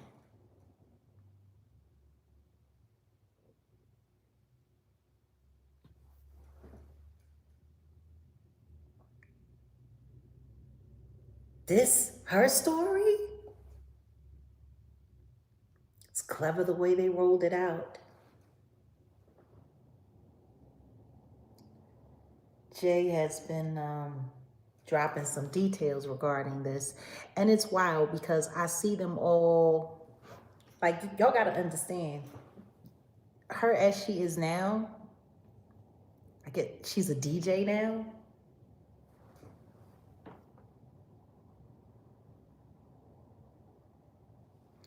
I'm sure she has found great comfort in this weight that she's packed on throughout the years, because you know what? This her looks so much different than this her. See, this her is the her that got called a stupid bitch by her boyfriend, who she was forced to have to confess that she had been involved in a terrible situation live on camera. If that's not a humiliation ritual, I don't know what is. While she's still trying to process what she's going through, she's only allowed to talk to her boyfriend on camera while they filmed everything. And let's remember, she had that phone up to her ear, but you could hear his voice clearly. That means they were recording that phone call to make sure that his audio didn't get lost so you could have everything. She was sitting there on the phone. What kind of microphone did they have with her cupping the phone like that, where you could hear him saying everything is good? They were spying the whole, they had it all lined up. They were listening to everything. See, this was the her that was getting called a stupid bitch and a slut and a whore in the street when she was walking down the street with that very same boyfriend who encouraged her to sign up for the show so that she could move on and be have a better life and stop working at Walgreens. See, that weight, it makes a big difference. It makes a big difference. When I first saw her in the documentary, I totally forgot it was her from what I saw, from the images that I saw when people started recirculating, oh, what happened to her was terrible. See, this documentary on the low, it's real slick. It's kind of brilliant. Oh, wait a minute. I missed this. Thank you, 1996. Look, I'm going to keep cooking. Let's not be puppets. Let's not entertain the devil. Oh, one love. Thank you, Marina.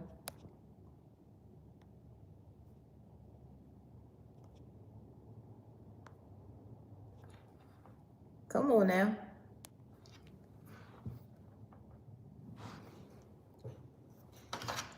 Let me look something up right quick.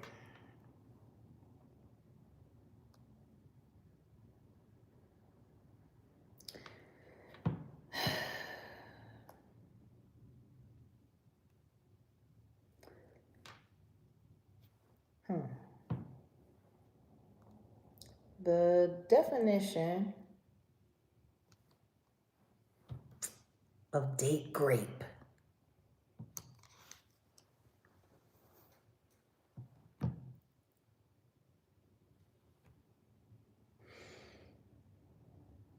Okay, what is date grape? Let me get these out. Let's take a look. Date grape is acquaintance grape, but happens when on a date. It happens when one person forces, coerces, or manipulates another person into an sexual interlude against their will or without consent while on a date. It can occur at any time during a dating relationship. However, the risk of occurrence seems to be higher earlier within the relationship. What are potential warning signs? There are several possible warning signs that your date's intentions may not be good. Appearance and manner give a false sense of safety. It is not uncommon to trust someone who looks nice, dresses nice, uses manners, and talks politely.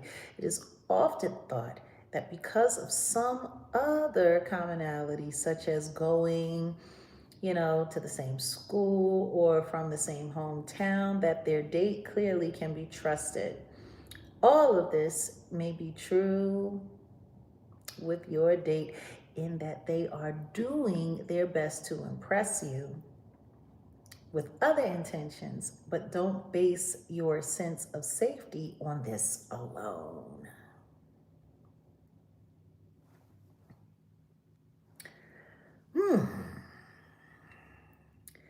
Next, your date insists on going to a secluded location.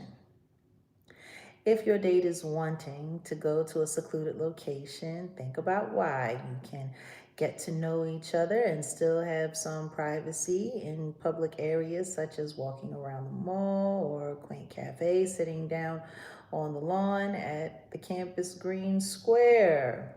Your date encourages you to drink and take DURGSs. RIP to Fight Dog, indeed. This is his anniversary. It's about this time, yeah. This is a big red flag and even more reason to not consume alcohol or DURGSs with your date.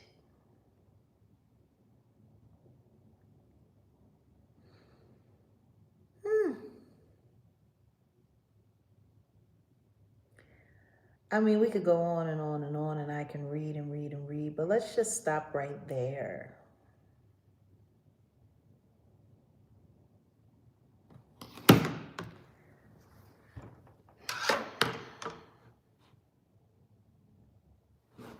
We sat there, for those who watched the documentary, we watched them go through a long day in a strange country where they only knew each other. The only people that they had acquaintance with during that day were the scooter drivers that they had that were taking them from modeling agency to modeling agency. She said it for herself. She was tired. She couldn't remember when she had eaten, and the next thing you know, they were drinking wine. Wine is the easiest, most pliable way to knock somebody on their ass. It seems harmless because it's just wine. It's not like it's hard alcohol. But when you are paper thin and you're not eating and you're sleep deprived, 2 glasses of wine can feel like 6 shots of tequila. Especially considering how thin she was. Now, word is, production is the one who set all of this up. Now they're saying that Ken Mock, or at least that's what Tyra said, Ken Mock was in charge of story. She just became a master editor. And we know what the power of an editor is. An editor can take film and footage and make it look however they want it to look. They can either create the narrative that someone is guilty of something, or they can create the narrative that maybe something that happened didn't happen. They can take it and make it look like whatever they want to. And both Ken Mock and Tyra Banks both equally said at the same time, well, not at the same time, but in the same manner when they were questioned about Shandy, that they did not show everything that happened. There's a lot that didn't make it onto TV. What did make it onto TV is what fit their narrative, that she had cheated. The episode was titled The Girl That Cheated. She cheated how? What did she cheat? In what manner can anyone say cheat? They had complete control of the narrative. Meanwhile, the woman that this actually happened to is sitting there saying that her memory was fallible. She said all she remembers is they were in the hot tub, then the next thing you know, they were in the shower, and then they were in the bed. Tell me something. If she can't remember how she made it to any of these places, how does she consent?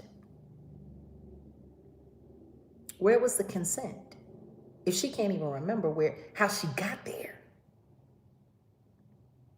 But production was watching every step of the way. They filmed it all. Now, what we saw on television were the clips that they cut.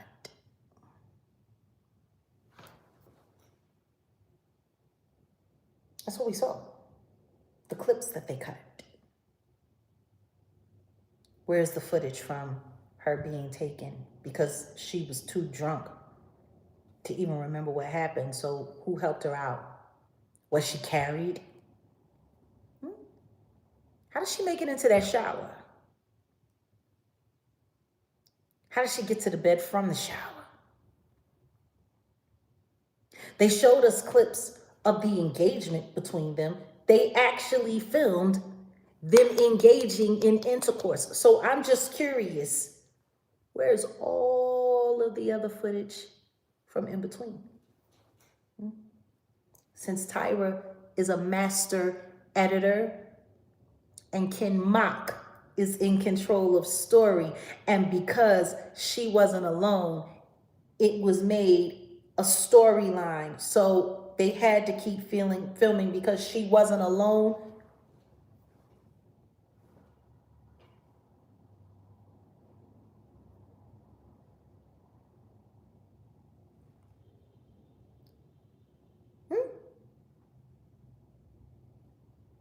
That could have been stopped at any time. Manuel just said in a recent interview that he did that the girls were not in control of anything that was going on in their lives. Production was in control of everything, which means everything that happened to her was facilitated by production. And they were in control of the narrative, and she didn't remember everything that happened.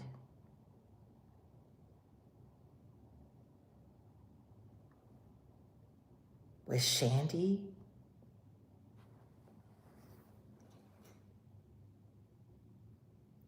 convinced that she cheated when she was actually a great victim? Because see, that's what it looks like to me. See, that's why I'm glad I never followed the series. Because if I had followed the series, I would have been convinced, like the rest of America, to believe that what I was witnessing was an out of control, loose young woman who got drunk and put herself into a bad situation, but she didn't put herself into that situation. She had no control over that situation. That situation was curated. At no point in time did she go out of her way to meet these gentlemen. These gentlemen were put there by production. She was forced to be amongst one of her attackers all day. And then, after they got back to the house, one of the man who was actually her attacker was invited to the home by production.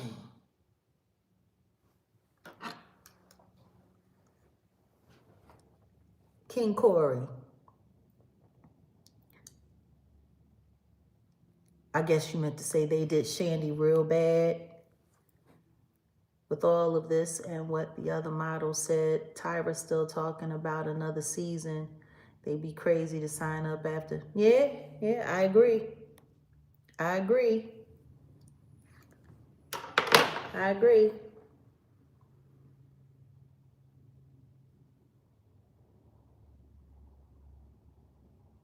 Oh, honey, that's what producers in reality TV shows do. They gaslight everybody on set. They gaslight everybody that's a part of the cast.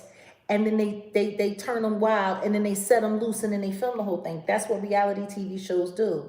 They gaslight the contestants into behaving as poorly as possible, and then they exploit it and put it online. But see, this Shandy business, this needs to be looked at a lot closer. Because what it's looking like to me is that the production team not only set up, but facilitated a grape that was aired on live television. And because of the fact that one of the executive producers, Tyra Banks, and her master editing, they were able to manipulate the footage to cover up the fact that the producers of the show facilitated a grape. And then they made it content and put it on the world stage for the world to see. This woman still has PTSD. It's been 20 some odd years since that happened to her, and she still breaks down and cries at the sight of it.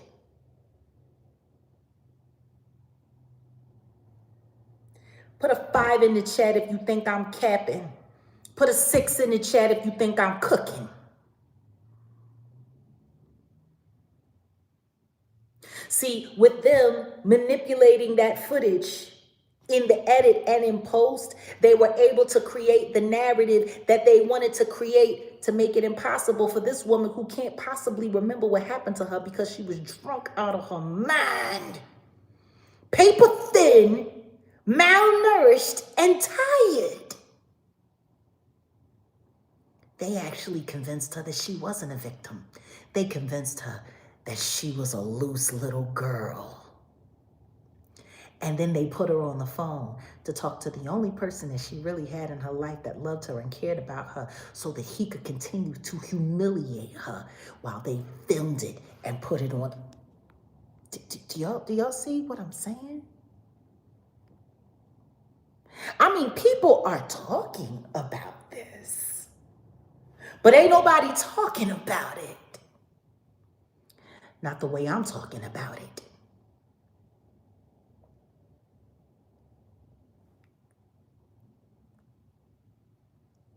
I wonder how many other times production invited people into a situation where they were essayed and they were able to just edit it away. Maybe they just got smarter with how they manipulated things after Shandy. But for Ken Mock to say, for whatever it was, for how terrible it was great for TV.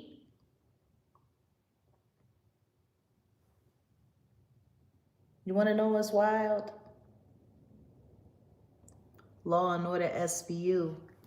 They had an episode about 6 or 7 years ago about a young woman getting raped while she was live on a reality TV show, and how the producers and the editors played around with the footage to make it look like she cheated, to make it look like she did it and she ended up getting an STD, and they had to test the whole cast to find out who had the STD, and that's how they found out who it was, because they had her in the room with one person, but then they had her in the room with another, but then they re-manipulated. Like, it's so funny how all of this stuff that we talk about that happens in real time in pop culture ends up becoming a SVU episode.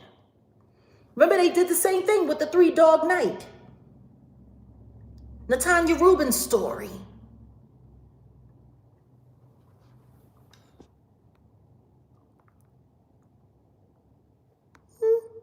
Like, why is nobody? Everyone's talking about, oh, this is terrible. Oh, this is terrible. Oh, this is terrible. Yeah, oh, what happened to Shandy is terrible. Oh, what happened to Shandy? Oh my God. Oh, this is terrible. Oh, this is terrible. Yeah, the episode that was supposed to be The Bachelor. It's funny because a lot of the details of what happened,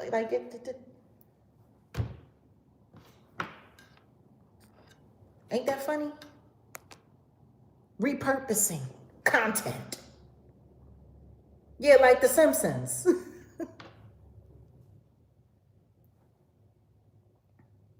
I think that's the thing that's bothering me more than anything. That they're literally sitting here downplaying what appears very clearly to me to be an essay that happened while being filmed, with the evidence of the crime being manipulated away in post. And as Tyra said, she's a master editor. Ken Mock was in charge of story. But she became a master editor. And with a victim who they were in control of the entire time. The entire time. And then the next day, the next episode, she sits down and she starts talking about cheating and whoop-de-whoop-de-woo, and how she had a boyfriend that cheated on her. She incepted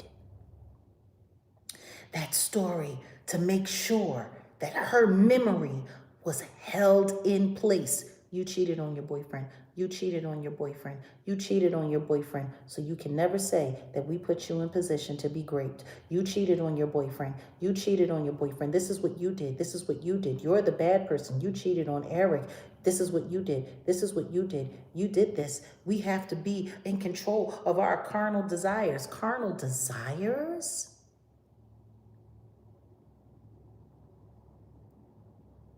I did the best that I could with the knowledge that I had. Really? Well, what did you do with the fucking footage? The knowledge that you had all knowledge. Like Tyra Banks said herself, she became a master editor. She said it herself. We didn't let everything that happened, we didn't even show most of what happened.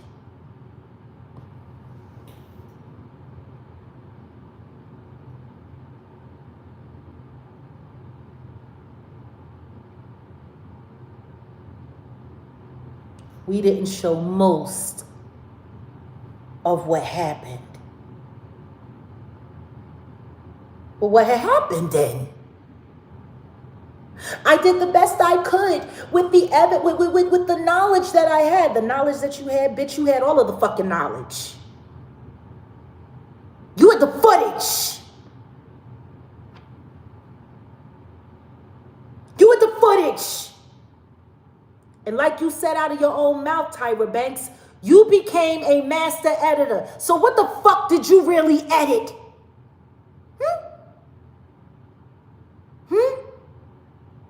Ken Mock is in control of story, but you became a master editor. What the fuck did you edit? Huh?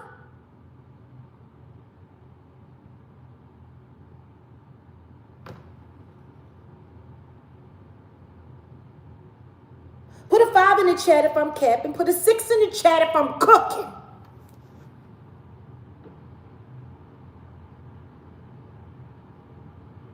There should be so much more outrage for what happened to Shandy Sullivan. But for all of these years to go by, and all people are willing to do is sit there and listen to these people telling on themselves in a whole fucking documentary and say she did the best she could. She did the best she could. She did. She did do the best she could. She fucking edited that shit.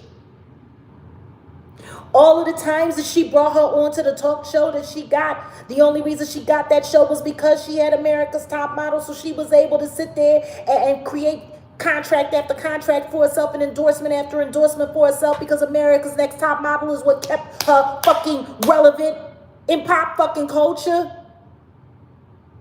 And you bring that girl to your talk show and watch her close her eyes because she don't want to watch what you edited.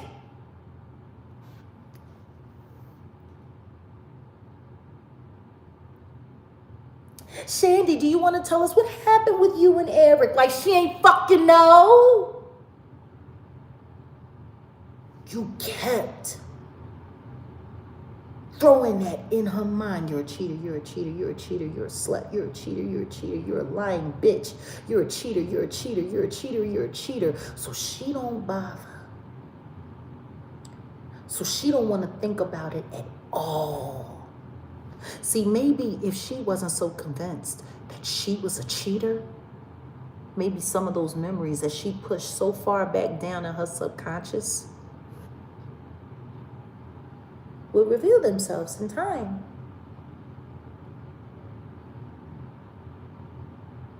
Maybe she will remember whether or not she actually consented.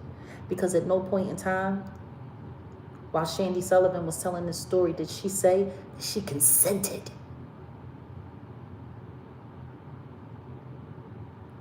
She said she was blacked out. I did the best I could with what I knew at the time. You knew it all. I don't know how many times I've heard stories like these about girls being essayed with witnesses present, with girls being essayed while it's being filmed. Industry, and it was all explained away. The situation that I had with Common that didn't go further because I woke up. But if I had stayed asleep,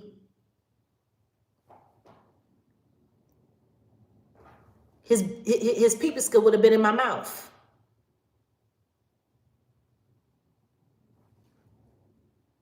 I went and I told my manager, and my manager told me to let it go. I got away. Let it go. They do this stuff to young women all of the time. But I am not going to lie to you. Watching this Shandy story, it was triggering for me. Because I looked at the antics that they use, and it's the same antics that they use all of the time when young women are put in crime scenes by the people that are managing and controlling their lives. And then there's an entire network of people who work to skew the details of everything that happened so that nobody can be sued and nobody has to go to jail. The simple fact that it happened out of the country is what makes it worse. Because technically, the crime scene was not in the United States, so there's no real jurisdiction except for one part. Everything that happened to her was facilitated by America's Next Top Model and staff. She was assaulted at work. She was at work. As long as those cameras were rolling, she was technically at work.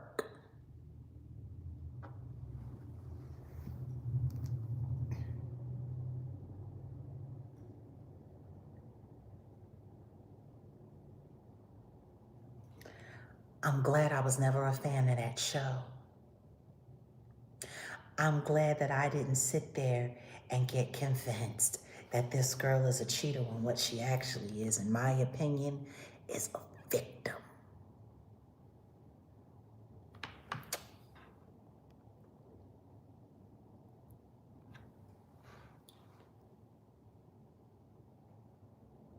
If I were Shandy Sullivan, right now what I'd be doing is talking to a lawyer and finding a hypnotist.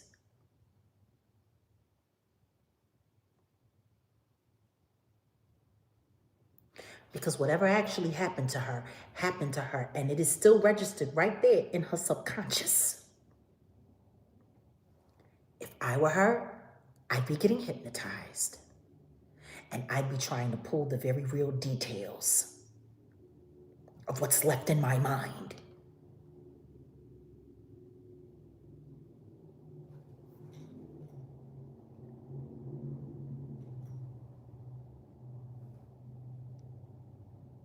And the only thing that Ken Mock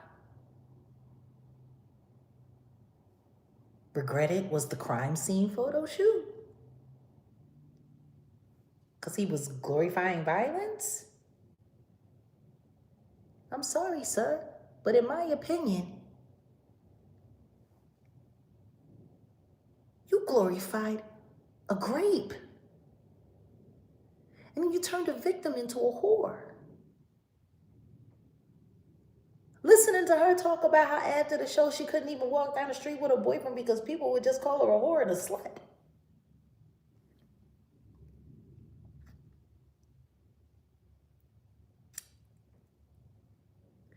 Yeah. Everybody missed that part, huh? Tyra says she felt bad for what happened to Shandy, but she did the best she could with the information that she had at the time, except for the fact that she knew all of the information. She had the footage. She was an editor. She was an editor. And in her own words, she became a master editor. And like her and Kim Mock both said to themselves, said for themselves out of their own mouth on camera, they did not show everything that happened that they captured on film. So y'all know exactly what happened. Y'all know exactly how she got out of that hot tub, into that shower, out of the shower, into that bed. Y'all know because they filmed it all. And y'all actually admitted on film, on camera, that y'all didn't show everything that happened.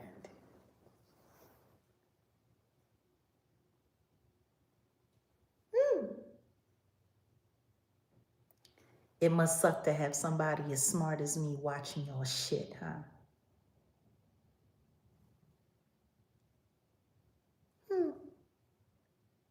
Like I'm looking at her demeanor. She just wanted to get out of Walgreens. They created a different narrative and told us, don't believe our lying eyes. Indeed.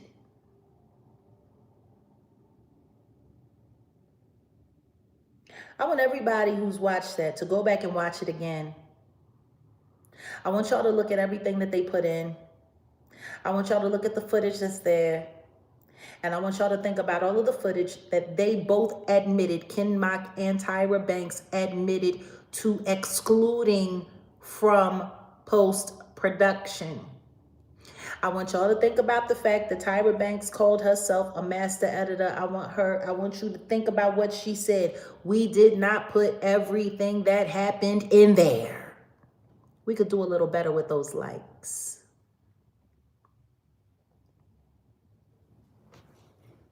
I want y'all to go back and I want y'all to look. Did you see a young, loose, drunk girl cheating on her boyfriend? Or is what you actually saw an SA? A full-on grape that was facilitated by the production staff of America's Next Top Model.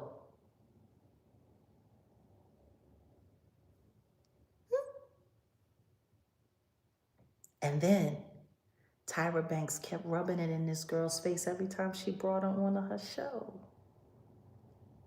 Shandy, look. So this is, do you remember this moment?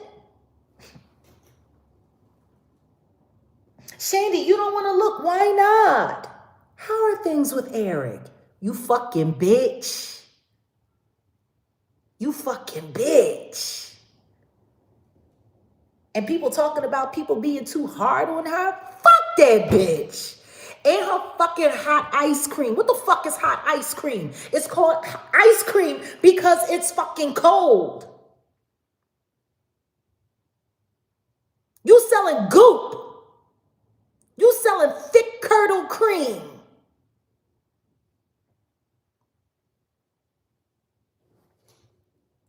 I'm sorry.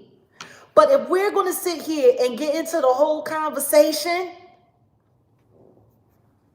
let's get into the conversation. Goop scoop. Sounds like a money launderer's paradise, in my opinion, allegedly. Maybe.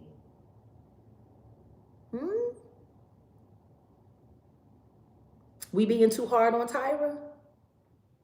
I don't think we've been hard enough. I think people need to go back and they need to take a really, really, really strong look at what they saw. Because all of this stuff is starting to look like damage control now. But this Shandy conversation, it's pissing me the fuck off. It's pissing me off. Hashtag, where's the rest of the footage? What happened to the rest of the footage? No doubt it's been destroyed. But if it hasn't, somebody needs to go get the rest of that footage, because if at any point Shandy said no,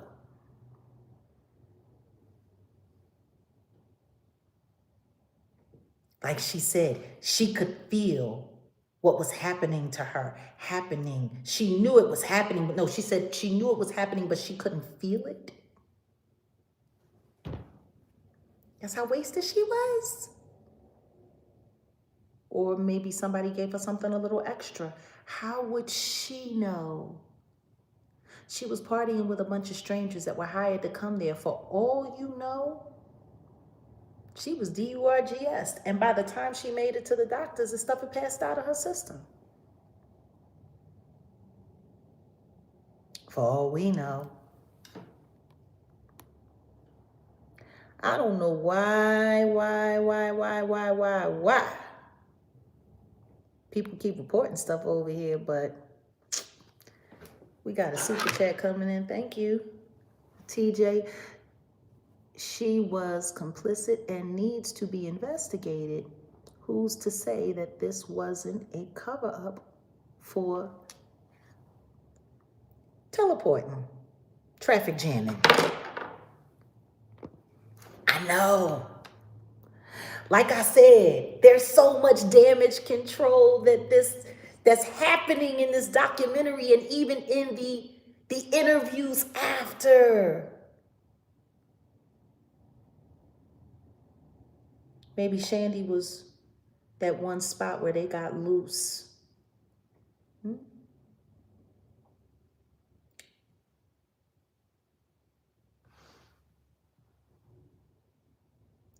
Yeah, I'm sick and tired of people being led around by their nose and by their ears and just falling for narratives that are being created by people who have every vested interest to control the narrative.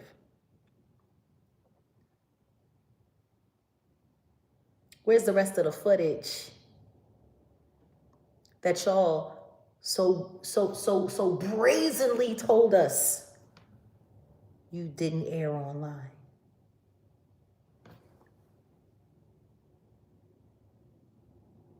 Master editor Tyra Banks, did she master edit away the evidence of a crime that happened on her show where she was an executive producer and editor? See, ain't nobody gonna say this but me, and that's why I'm so necessary. Because everybody else is gonna tiptoe across what's actually there. I'm not gassing nothing. I'm not juicing nothing. I'm looking at everything that I saw, and I know exactly how film editing works and all of that stuff works. And I know how the industry works when it's working hard to try to cover up one of they oops, clean that up, clean that up.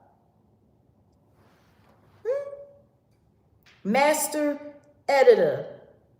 That means you have the ability to make things look one way or another. That means you can look at raw footage and you can take things and you can line them up to look at how you want to line them up. Oh, well, you know, when my boyfriend cheats on me, I told him, oh, just go out and flirt and then come home and do me.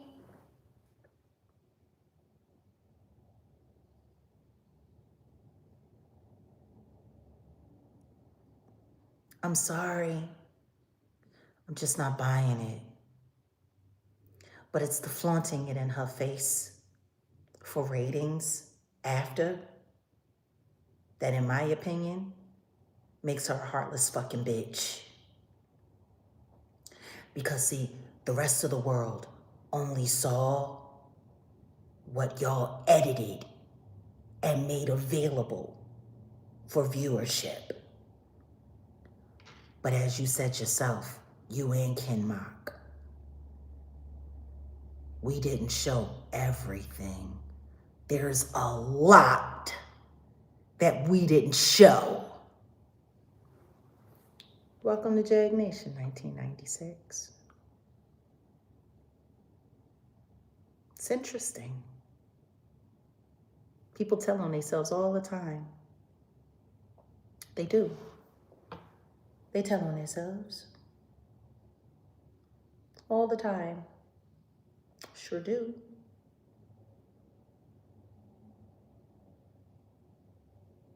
Not the flex she thought it was at all, is it, Kat? See, you gotta be careful how you run your mouth. You gotta be careful of the things you say. They might be held against you. She did an excellent job editing herself, going over things like, you know, the thing that's bothering me more than anything when it comes to this documentary and everything that's happening now in the public eye, that people are making more of a big deal, that they're making this huge big deal about her not going to visit and not coming to see Miss J after Miss J had a stroke than they are about what happened to Shandy. That's wild to me.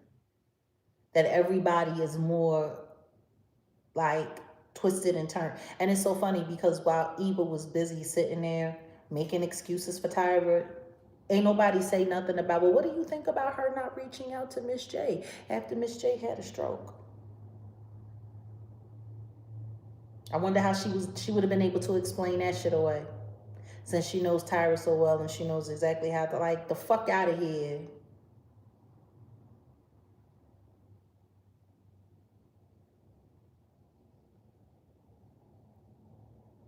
Everybody who has seen this documentary should be enraged,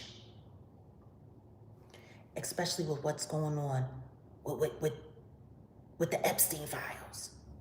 Like, I want you to think about the lack of that's going on right now. We're looking at the Epstein files. We're seeing how the Epstein files and the relationship in the entertainment industry between Jeffrey Epstein and all of this that's going on. Jeffrey Epstein was partners with Les Wexner, who made Tyra Banks and put Tyra Banks on the map. Are we looking?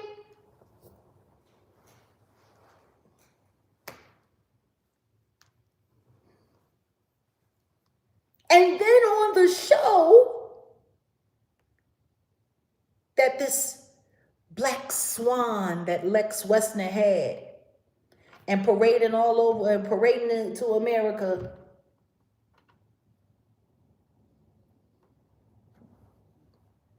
this Shandy shit happens and we not paying attention.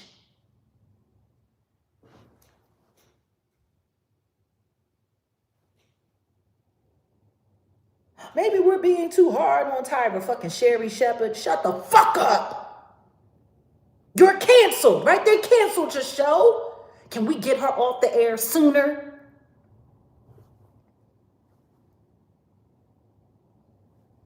Can we?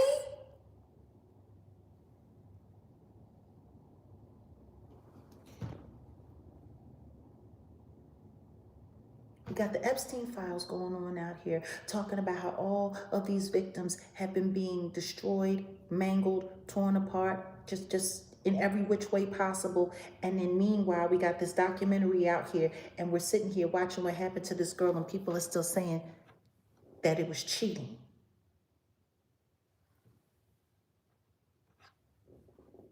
That's the narrative. Welcome, little miss. Welcome to Jag Nation. That's the narrative we going with? That's what we buying into?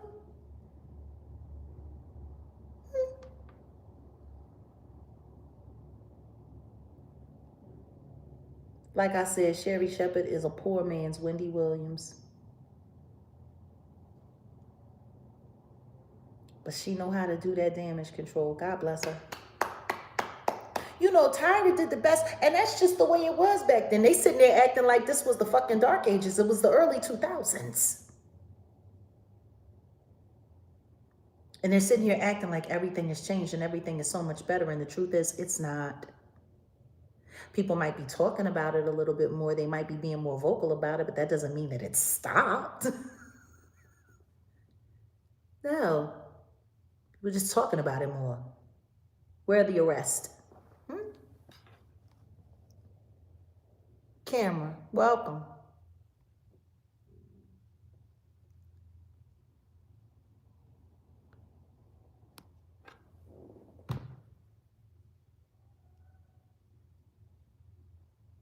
The lack of, oh yeah, this is set in the West Hoodie. And they're available. And so our God Said No t-shirts and Jaguar Wright hoodies, and yeah.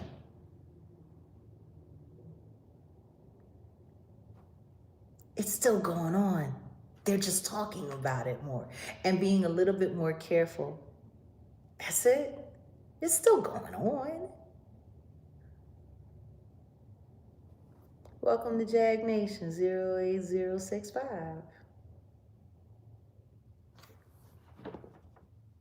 Where are the arrests? So on that note, I want to say to Shandy Sullivan, I actually watched you. I paid attention to your interview. I looked at the footage. I watched everything that happened to you. I am my full, complete, true self and heart believe that you were assaulted.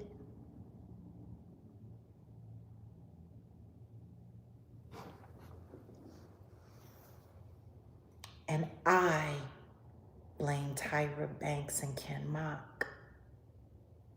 Ken Mock, who is in control of story, and Tyra Banks, who's a master editor. Because they both said that they didn't show a lot of what was filmed.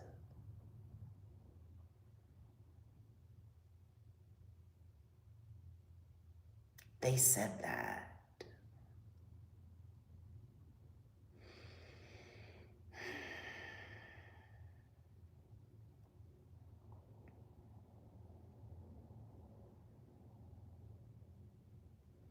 Facts, cat. Let's not allow these people to continue to keep playing in our face.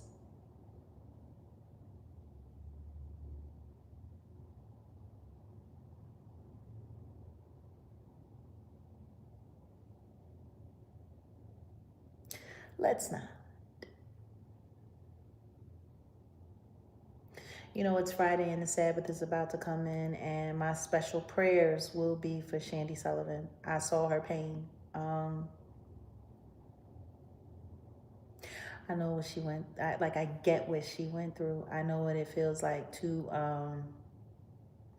be assaulted and have people talk it away, lie it away, change, you know, the details and the facts of what happened away. Like, I know what that's like.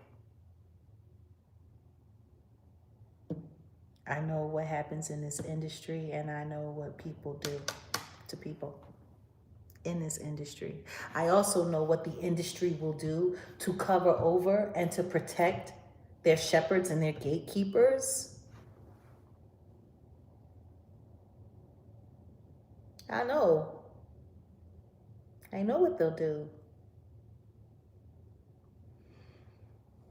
Look at what they've done to me.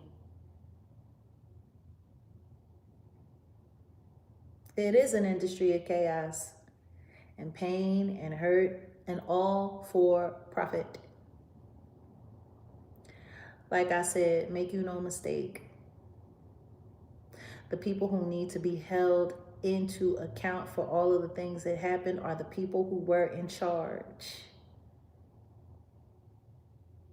I know a lot of people are sitting there saying that the judges and the judges and the judges and the judges and whoop-de-whoop-de-woo and whatever the case may be, the cast, and we can all talk about that, but the truth is they had no control over what was going on. They were there to do their jobs.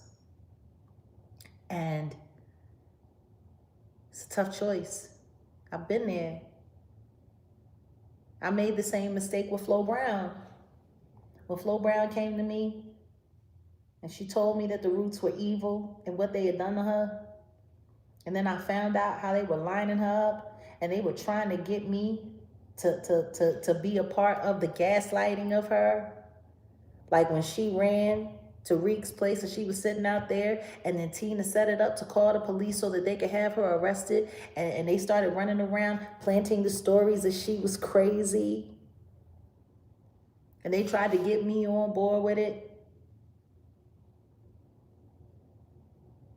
And I sat down and had conversations with our manager, and he said to me, are you really going to put everything that you work for on the line for this?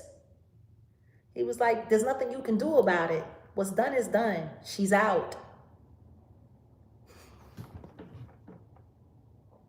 Don't you got a kid?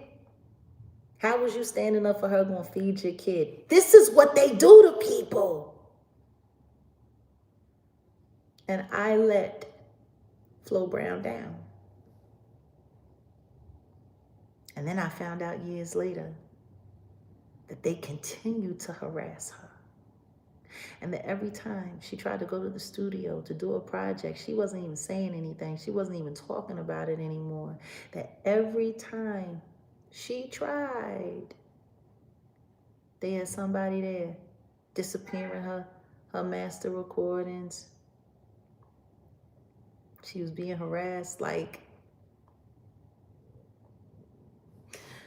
it's wild because I never wanted to believe. You know, I thought that when I linked up with the Roots that I was actually getting away from all of the really, really, really grimy, really, really, really dirty, really, really, really terrible industry stuff. Like, I really thought I was.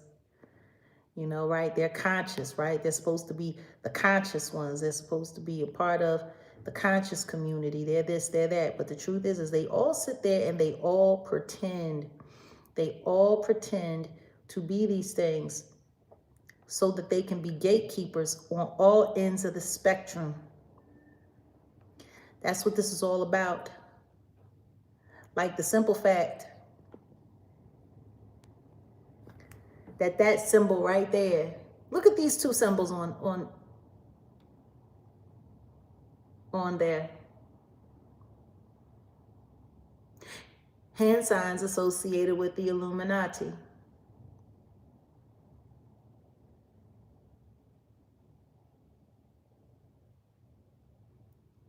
Okay, player. This was the hand sign that they used to have us on stage, flashing at the audience to get the audience to flash it along. Here I am, I'm thinking that I got away because I'm not putting up that pyramid symbol that they had everybody doing. But I was just doing the other one.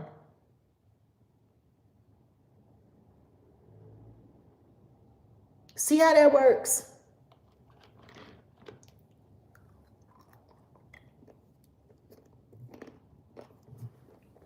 I was just doing the other one.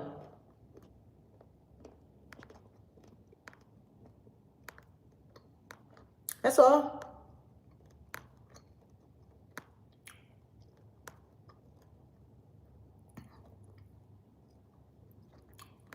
Where are it? Where is it? Hold on a second. Where is it? Where is she? I think I got it in here.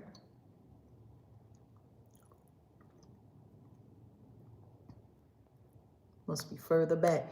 Let me show you some real world examples.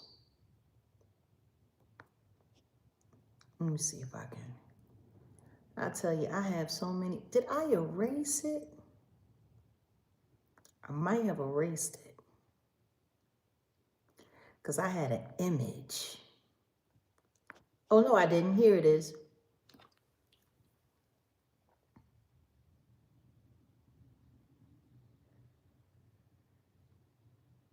That's on the Jennifer Hudson show.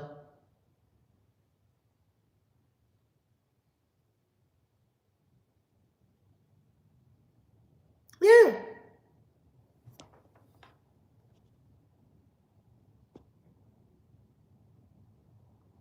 She did it to a T. Look at how the pinky is slightly separated. And the other three fingers, look. Tifa got it down. She got it down packed.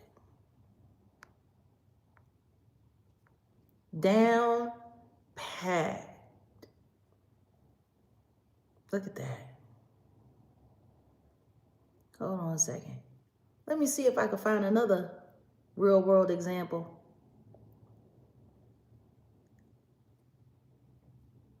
I think I have it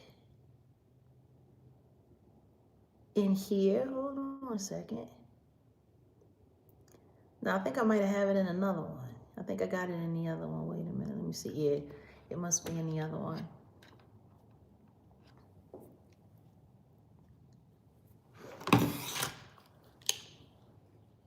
It must be in here. It's just, it's amazing to me. This stuff happens right out there in plain sight, right in front of all of our faces. Here it is.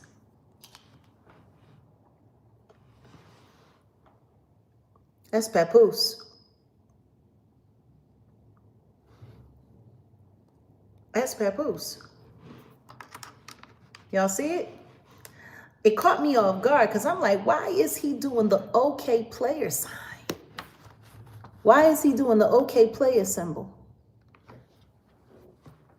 Why? Why is he doing it?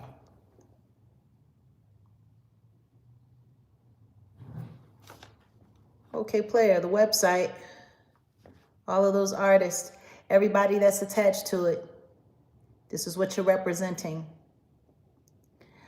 I believe an artist that just released something from my generation, one of my contemporaries. She's still a part of that. She's one of those artists.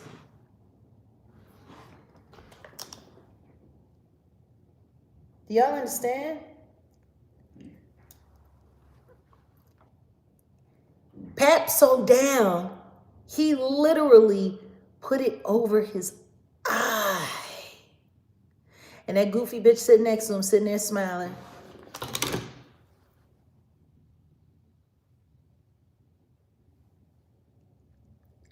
Can I get an okay player? Can I get an okay player? I used to be on stage doing that and making the symbol with my hands. And getting everybody in the audience to do it with me. All hail Satan, huh? They had me all fitted up, didn't they? No wonder Sean G was mad that I kept paying tithes to a church. I was supposed to be being a shepherd for the devil. See what I'm saying?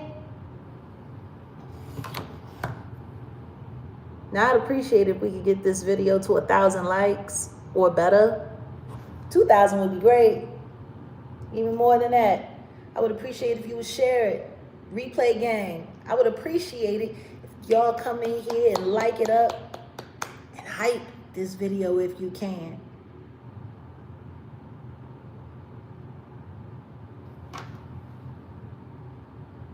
Right in front of our faces.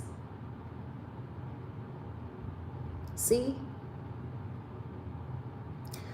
So yeah, I was gonna wait, but don't worry about it. I got a feeling this part of the video is gonna become its own video. So for those who are just looking for this portion, please be looking out for it. Oh, wait a minute. What is this Myrna says? Let me heart that. Myrna says, thank you. And all the real truth tellers. I pray for you guys like I pray for me. The Hadleys, victims, Ramir. Yeah, Corey. Oh yeah. It's there's a lot going on out here. A lot. But yeah, that's my commentary. I'm sure it's going to be a lot different than what a lot of people are doing right now. It should be. I'm me. See, I like not being a part of the system anymore because, see, if I was still in there, I would have to tiptoe around this conversation like everybody else is tiptoeing around it. But see, I don't have to. I can just keep it a buck. I'm sure there's probably about 15 Hollywood witches right now that are sitting here with a cow's tongue and mustard seeds and voodoo dolls and all kinds of stuff trying to find a way to shut me up. Yeah, go cry to Marina Abramovich. This is why they don't want me here. So, yeah, on that note, I think we're done. And say a prayer for Shandy Sullivan.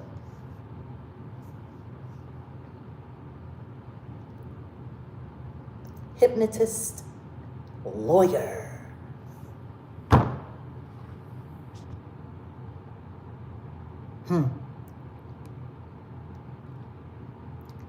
Exactly, Kat. Exactly.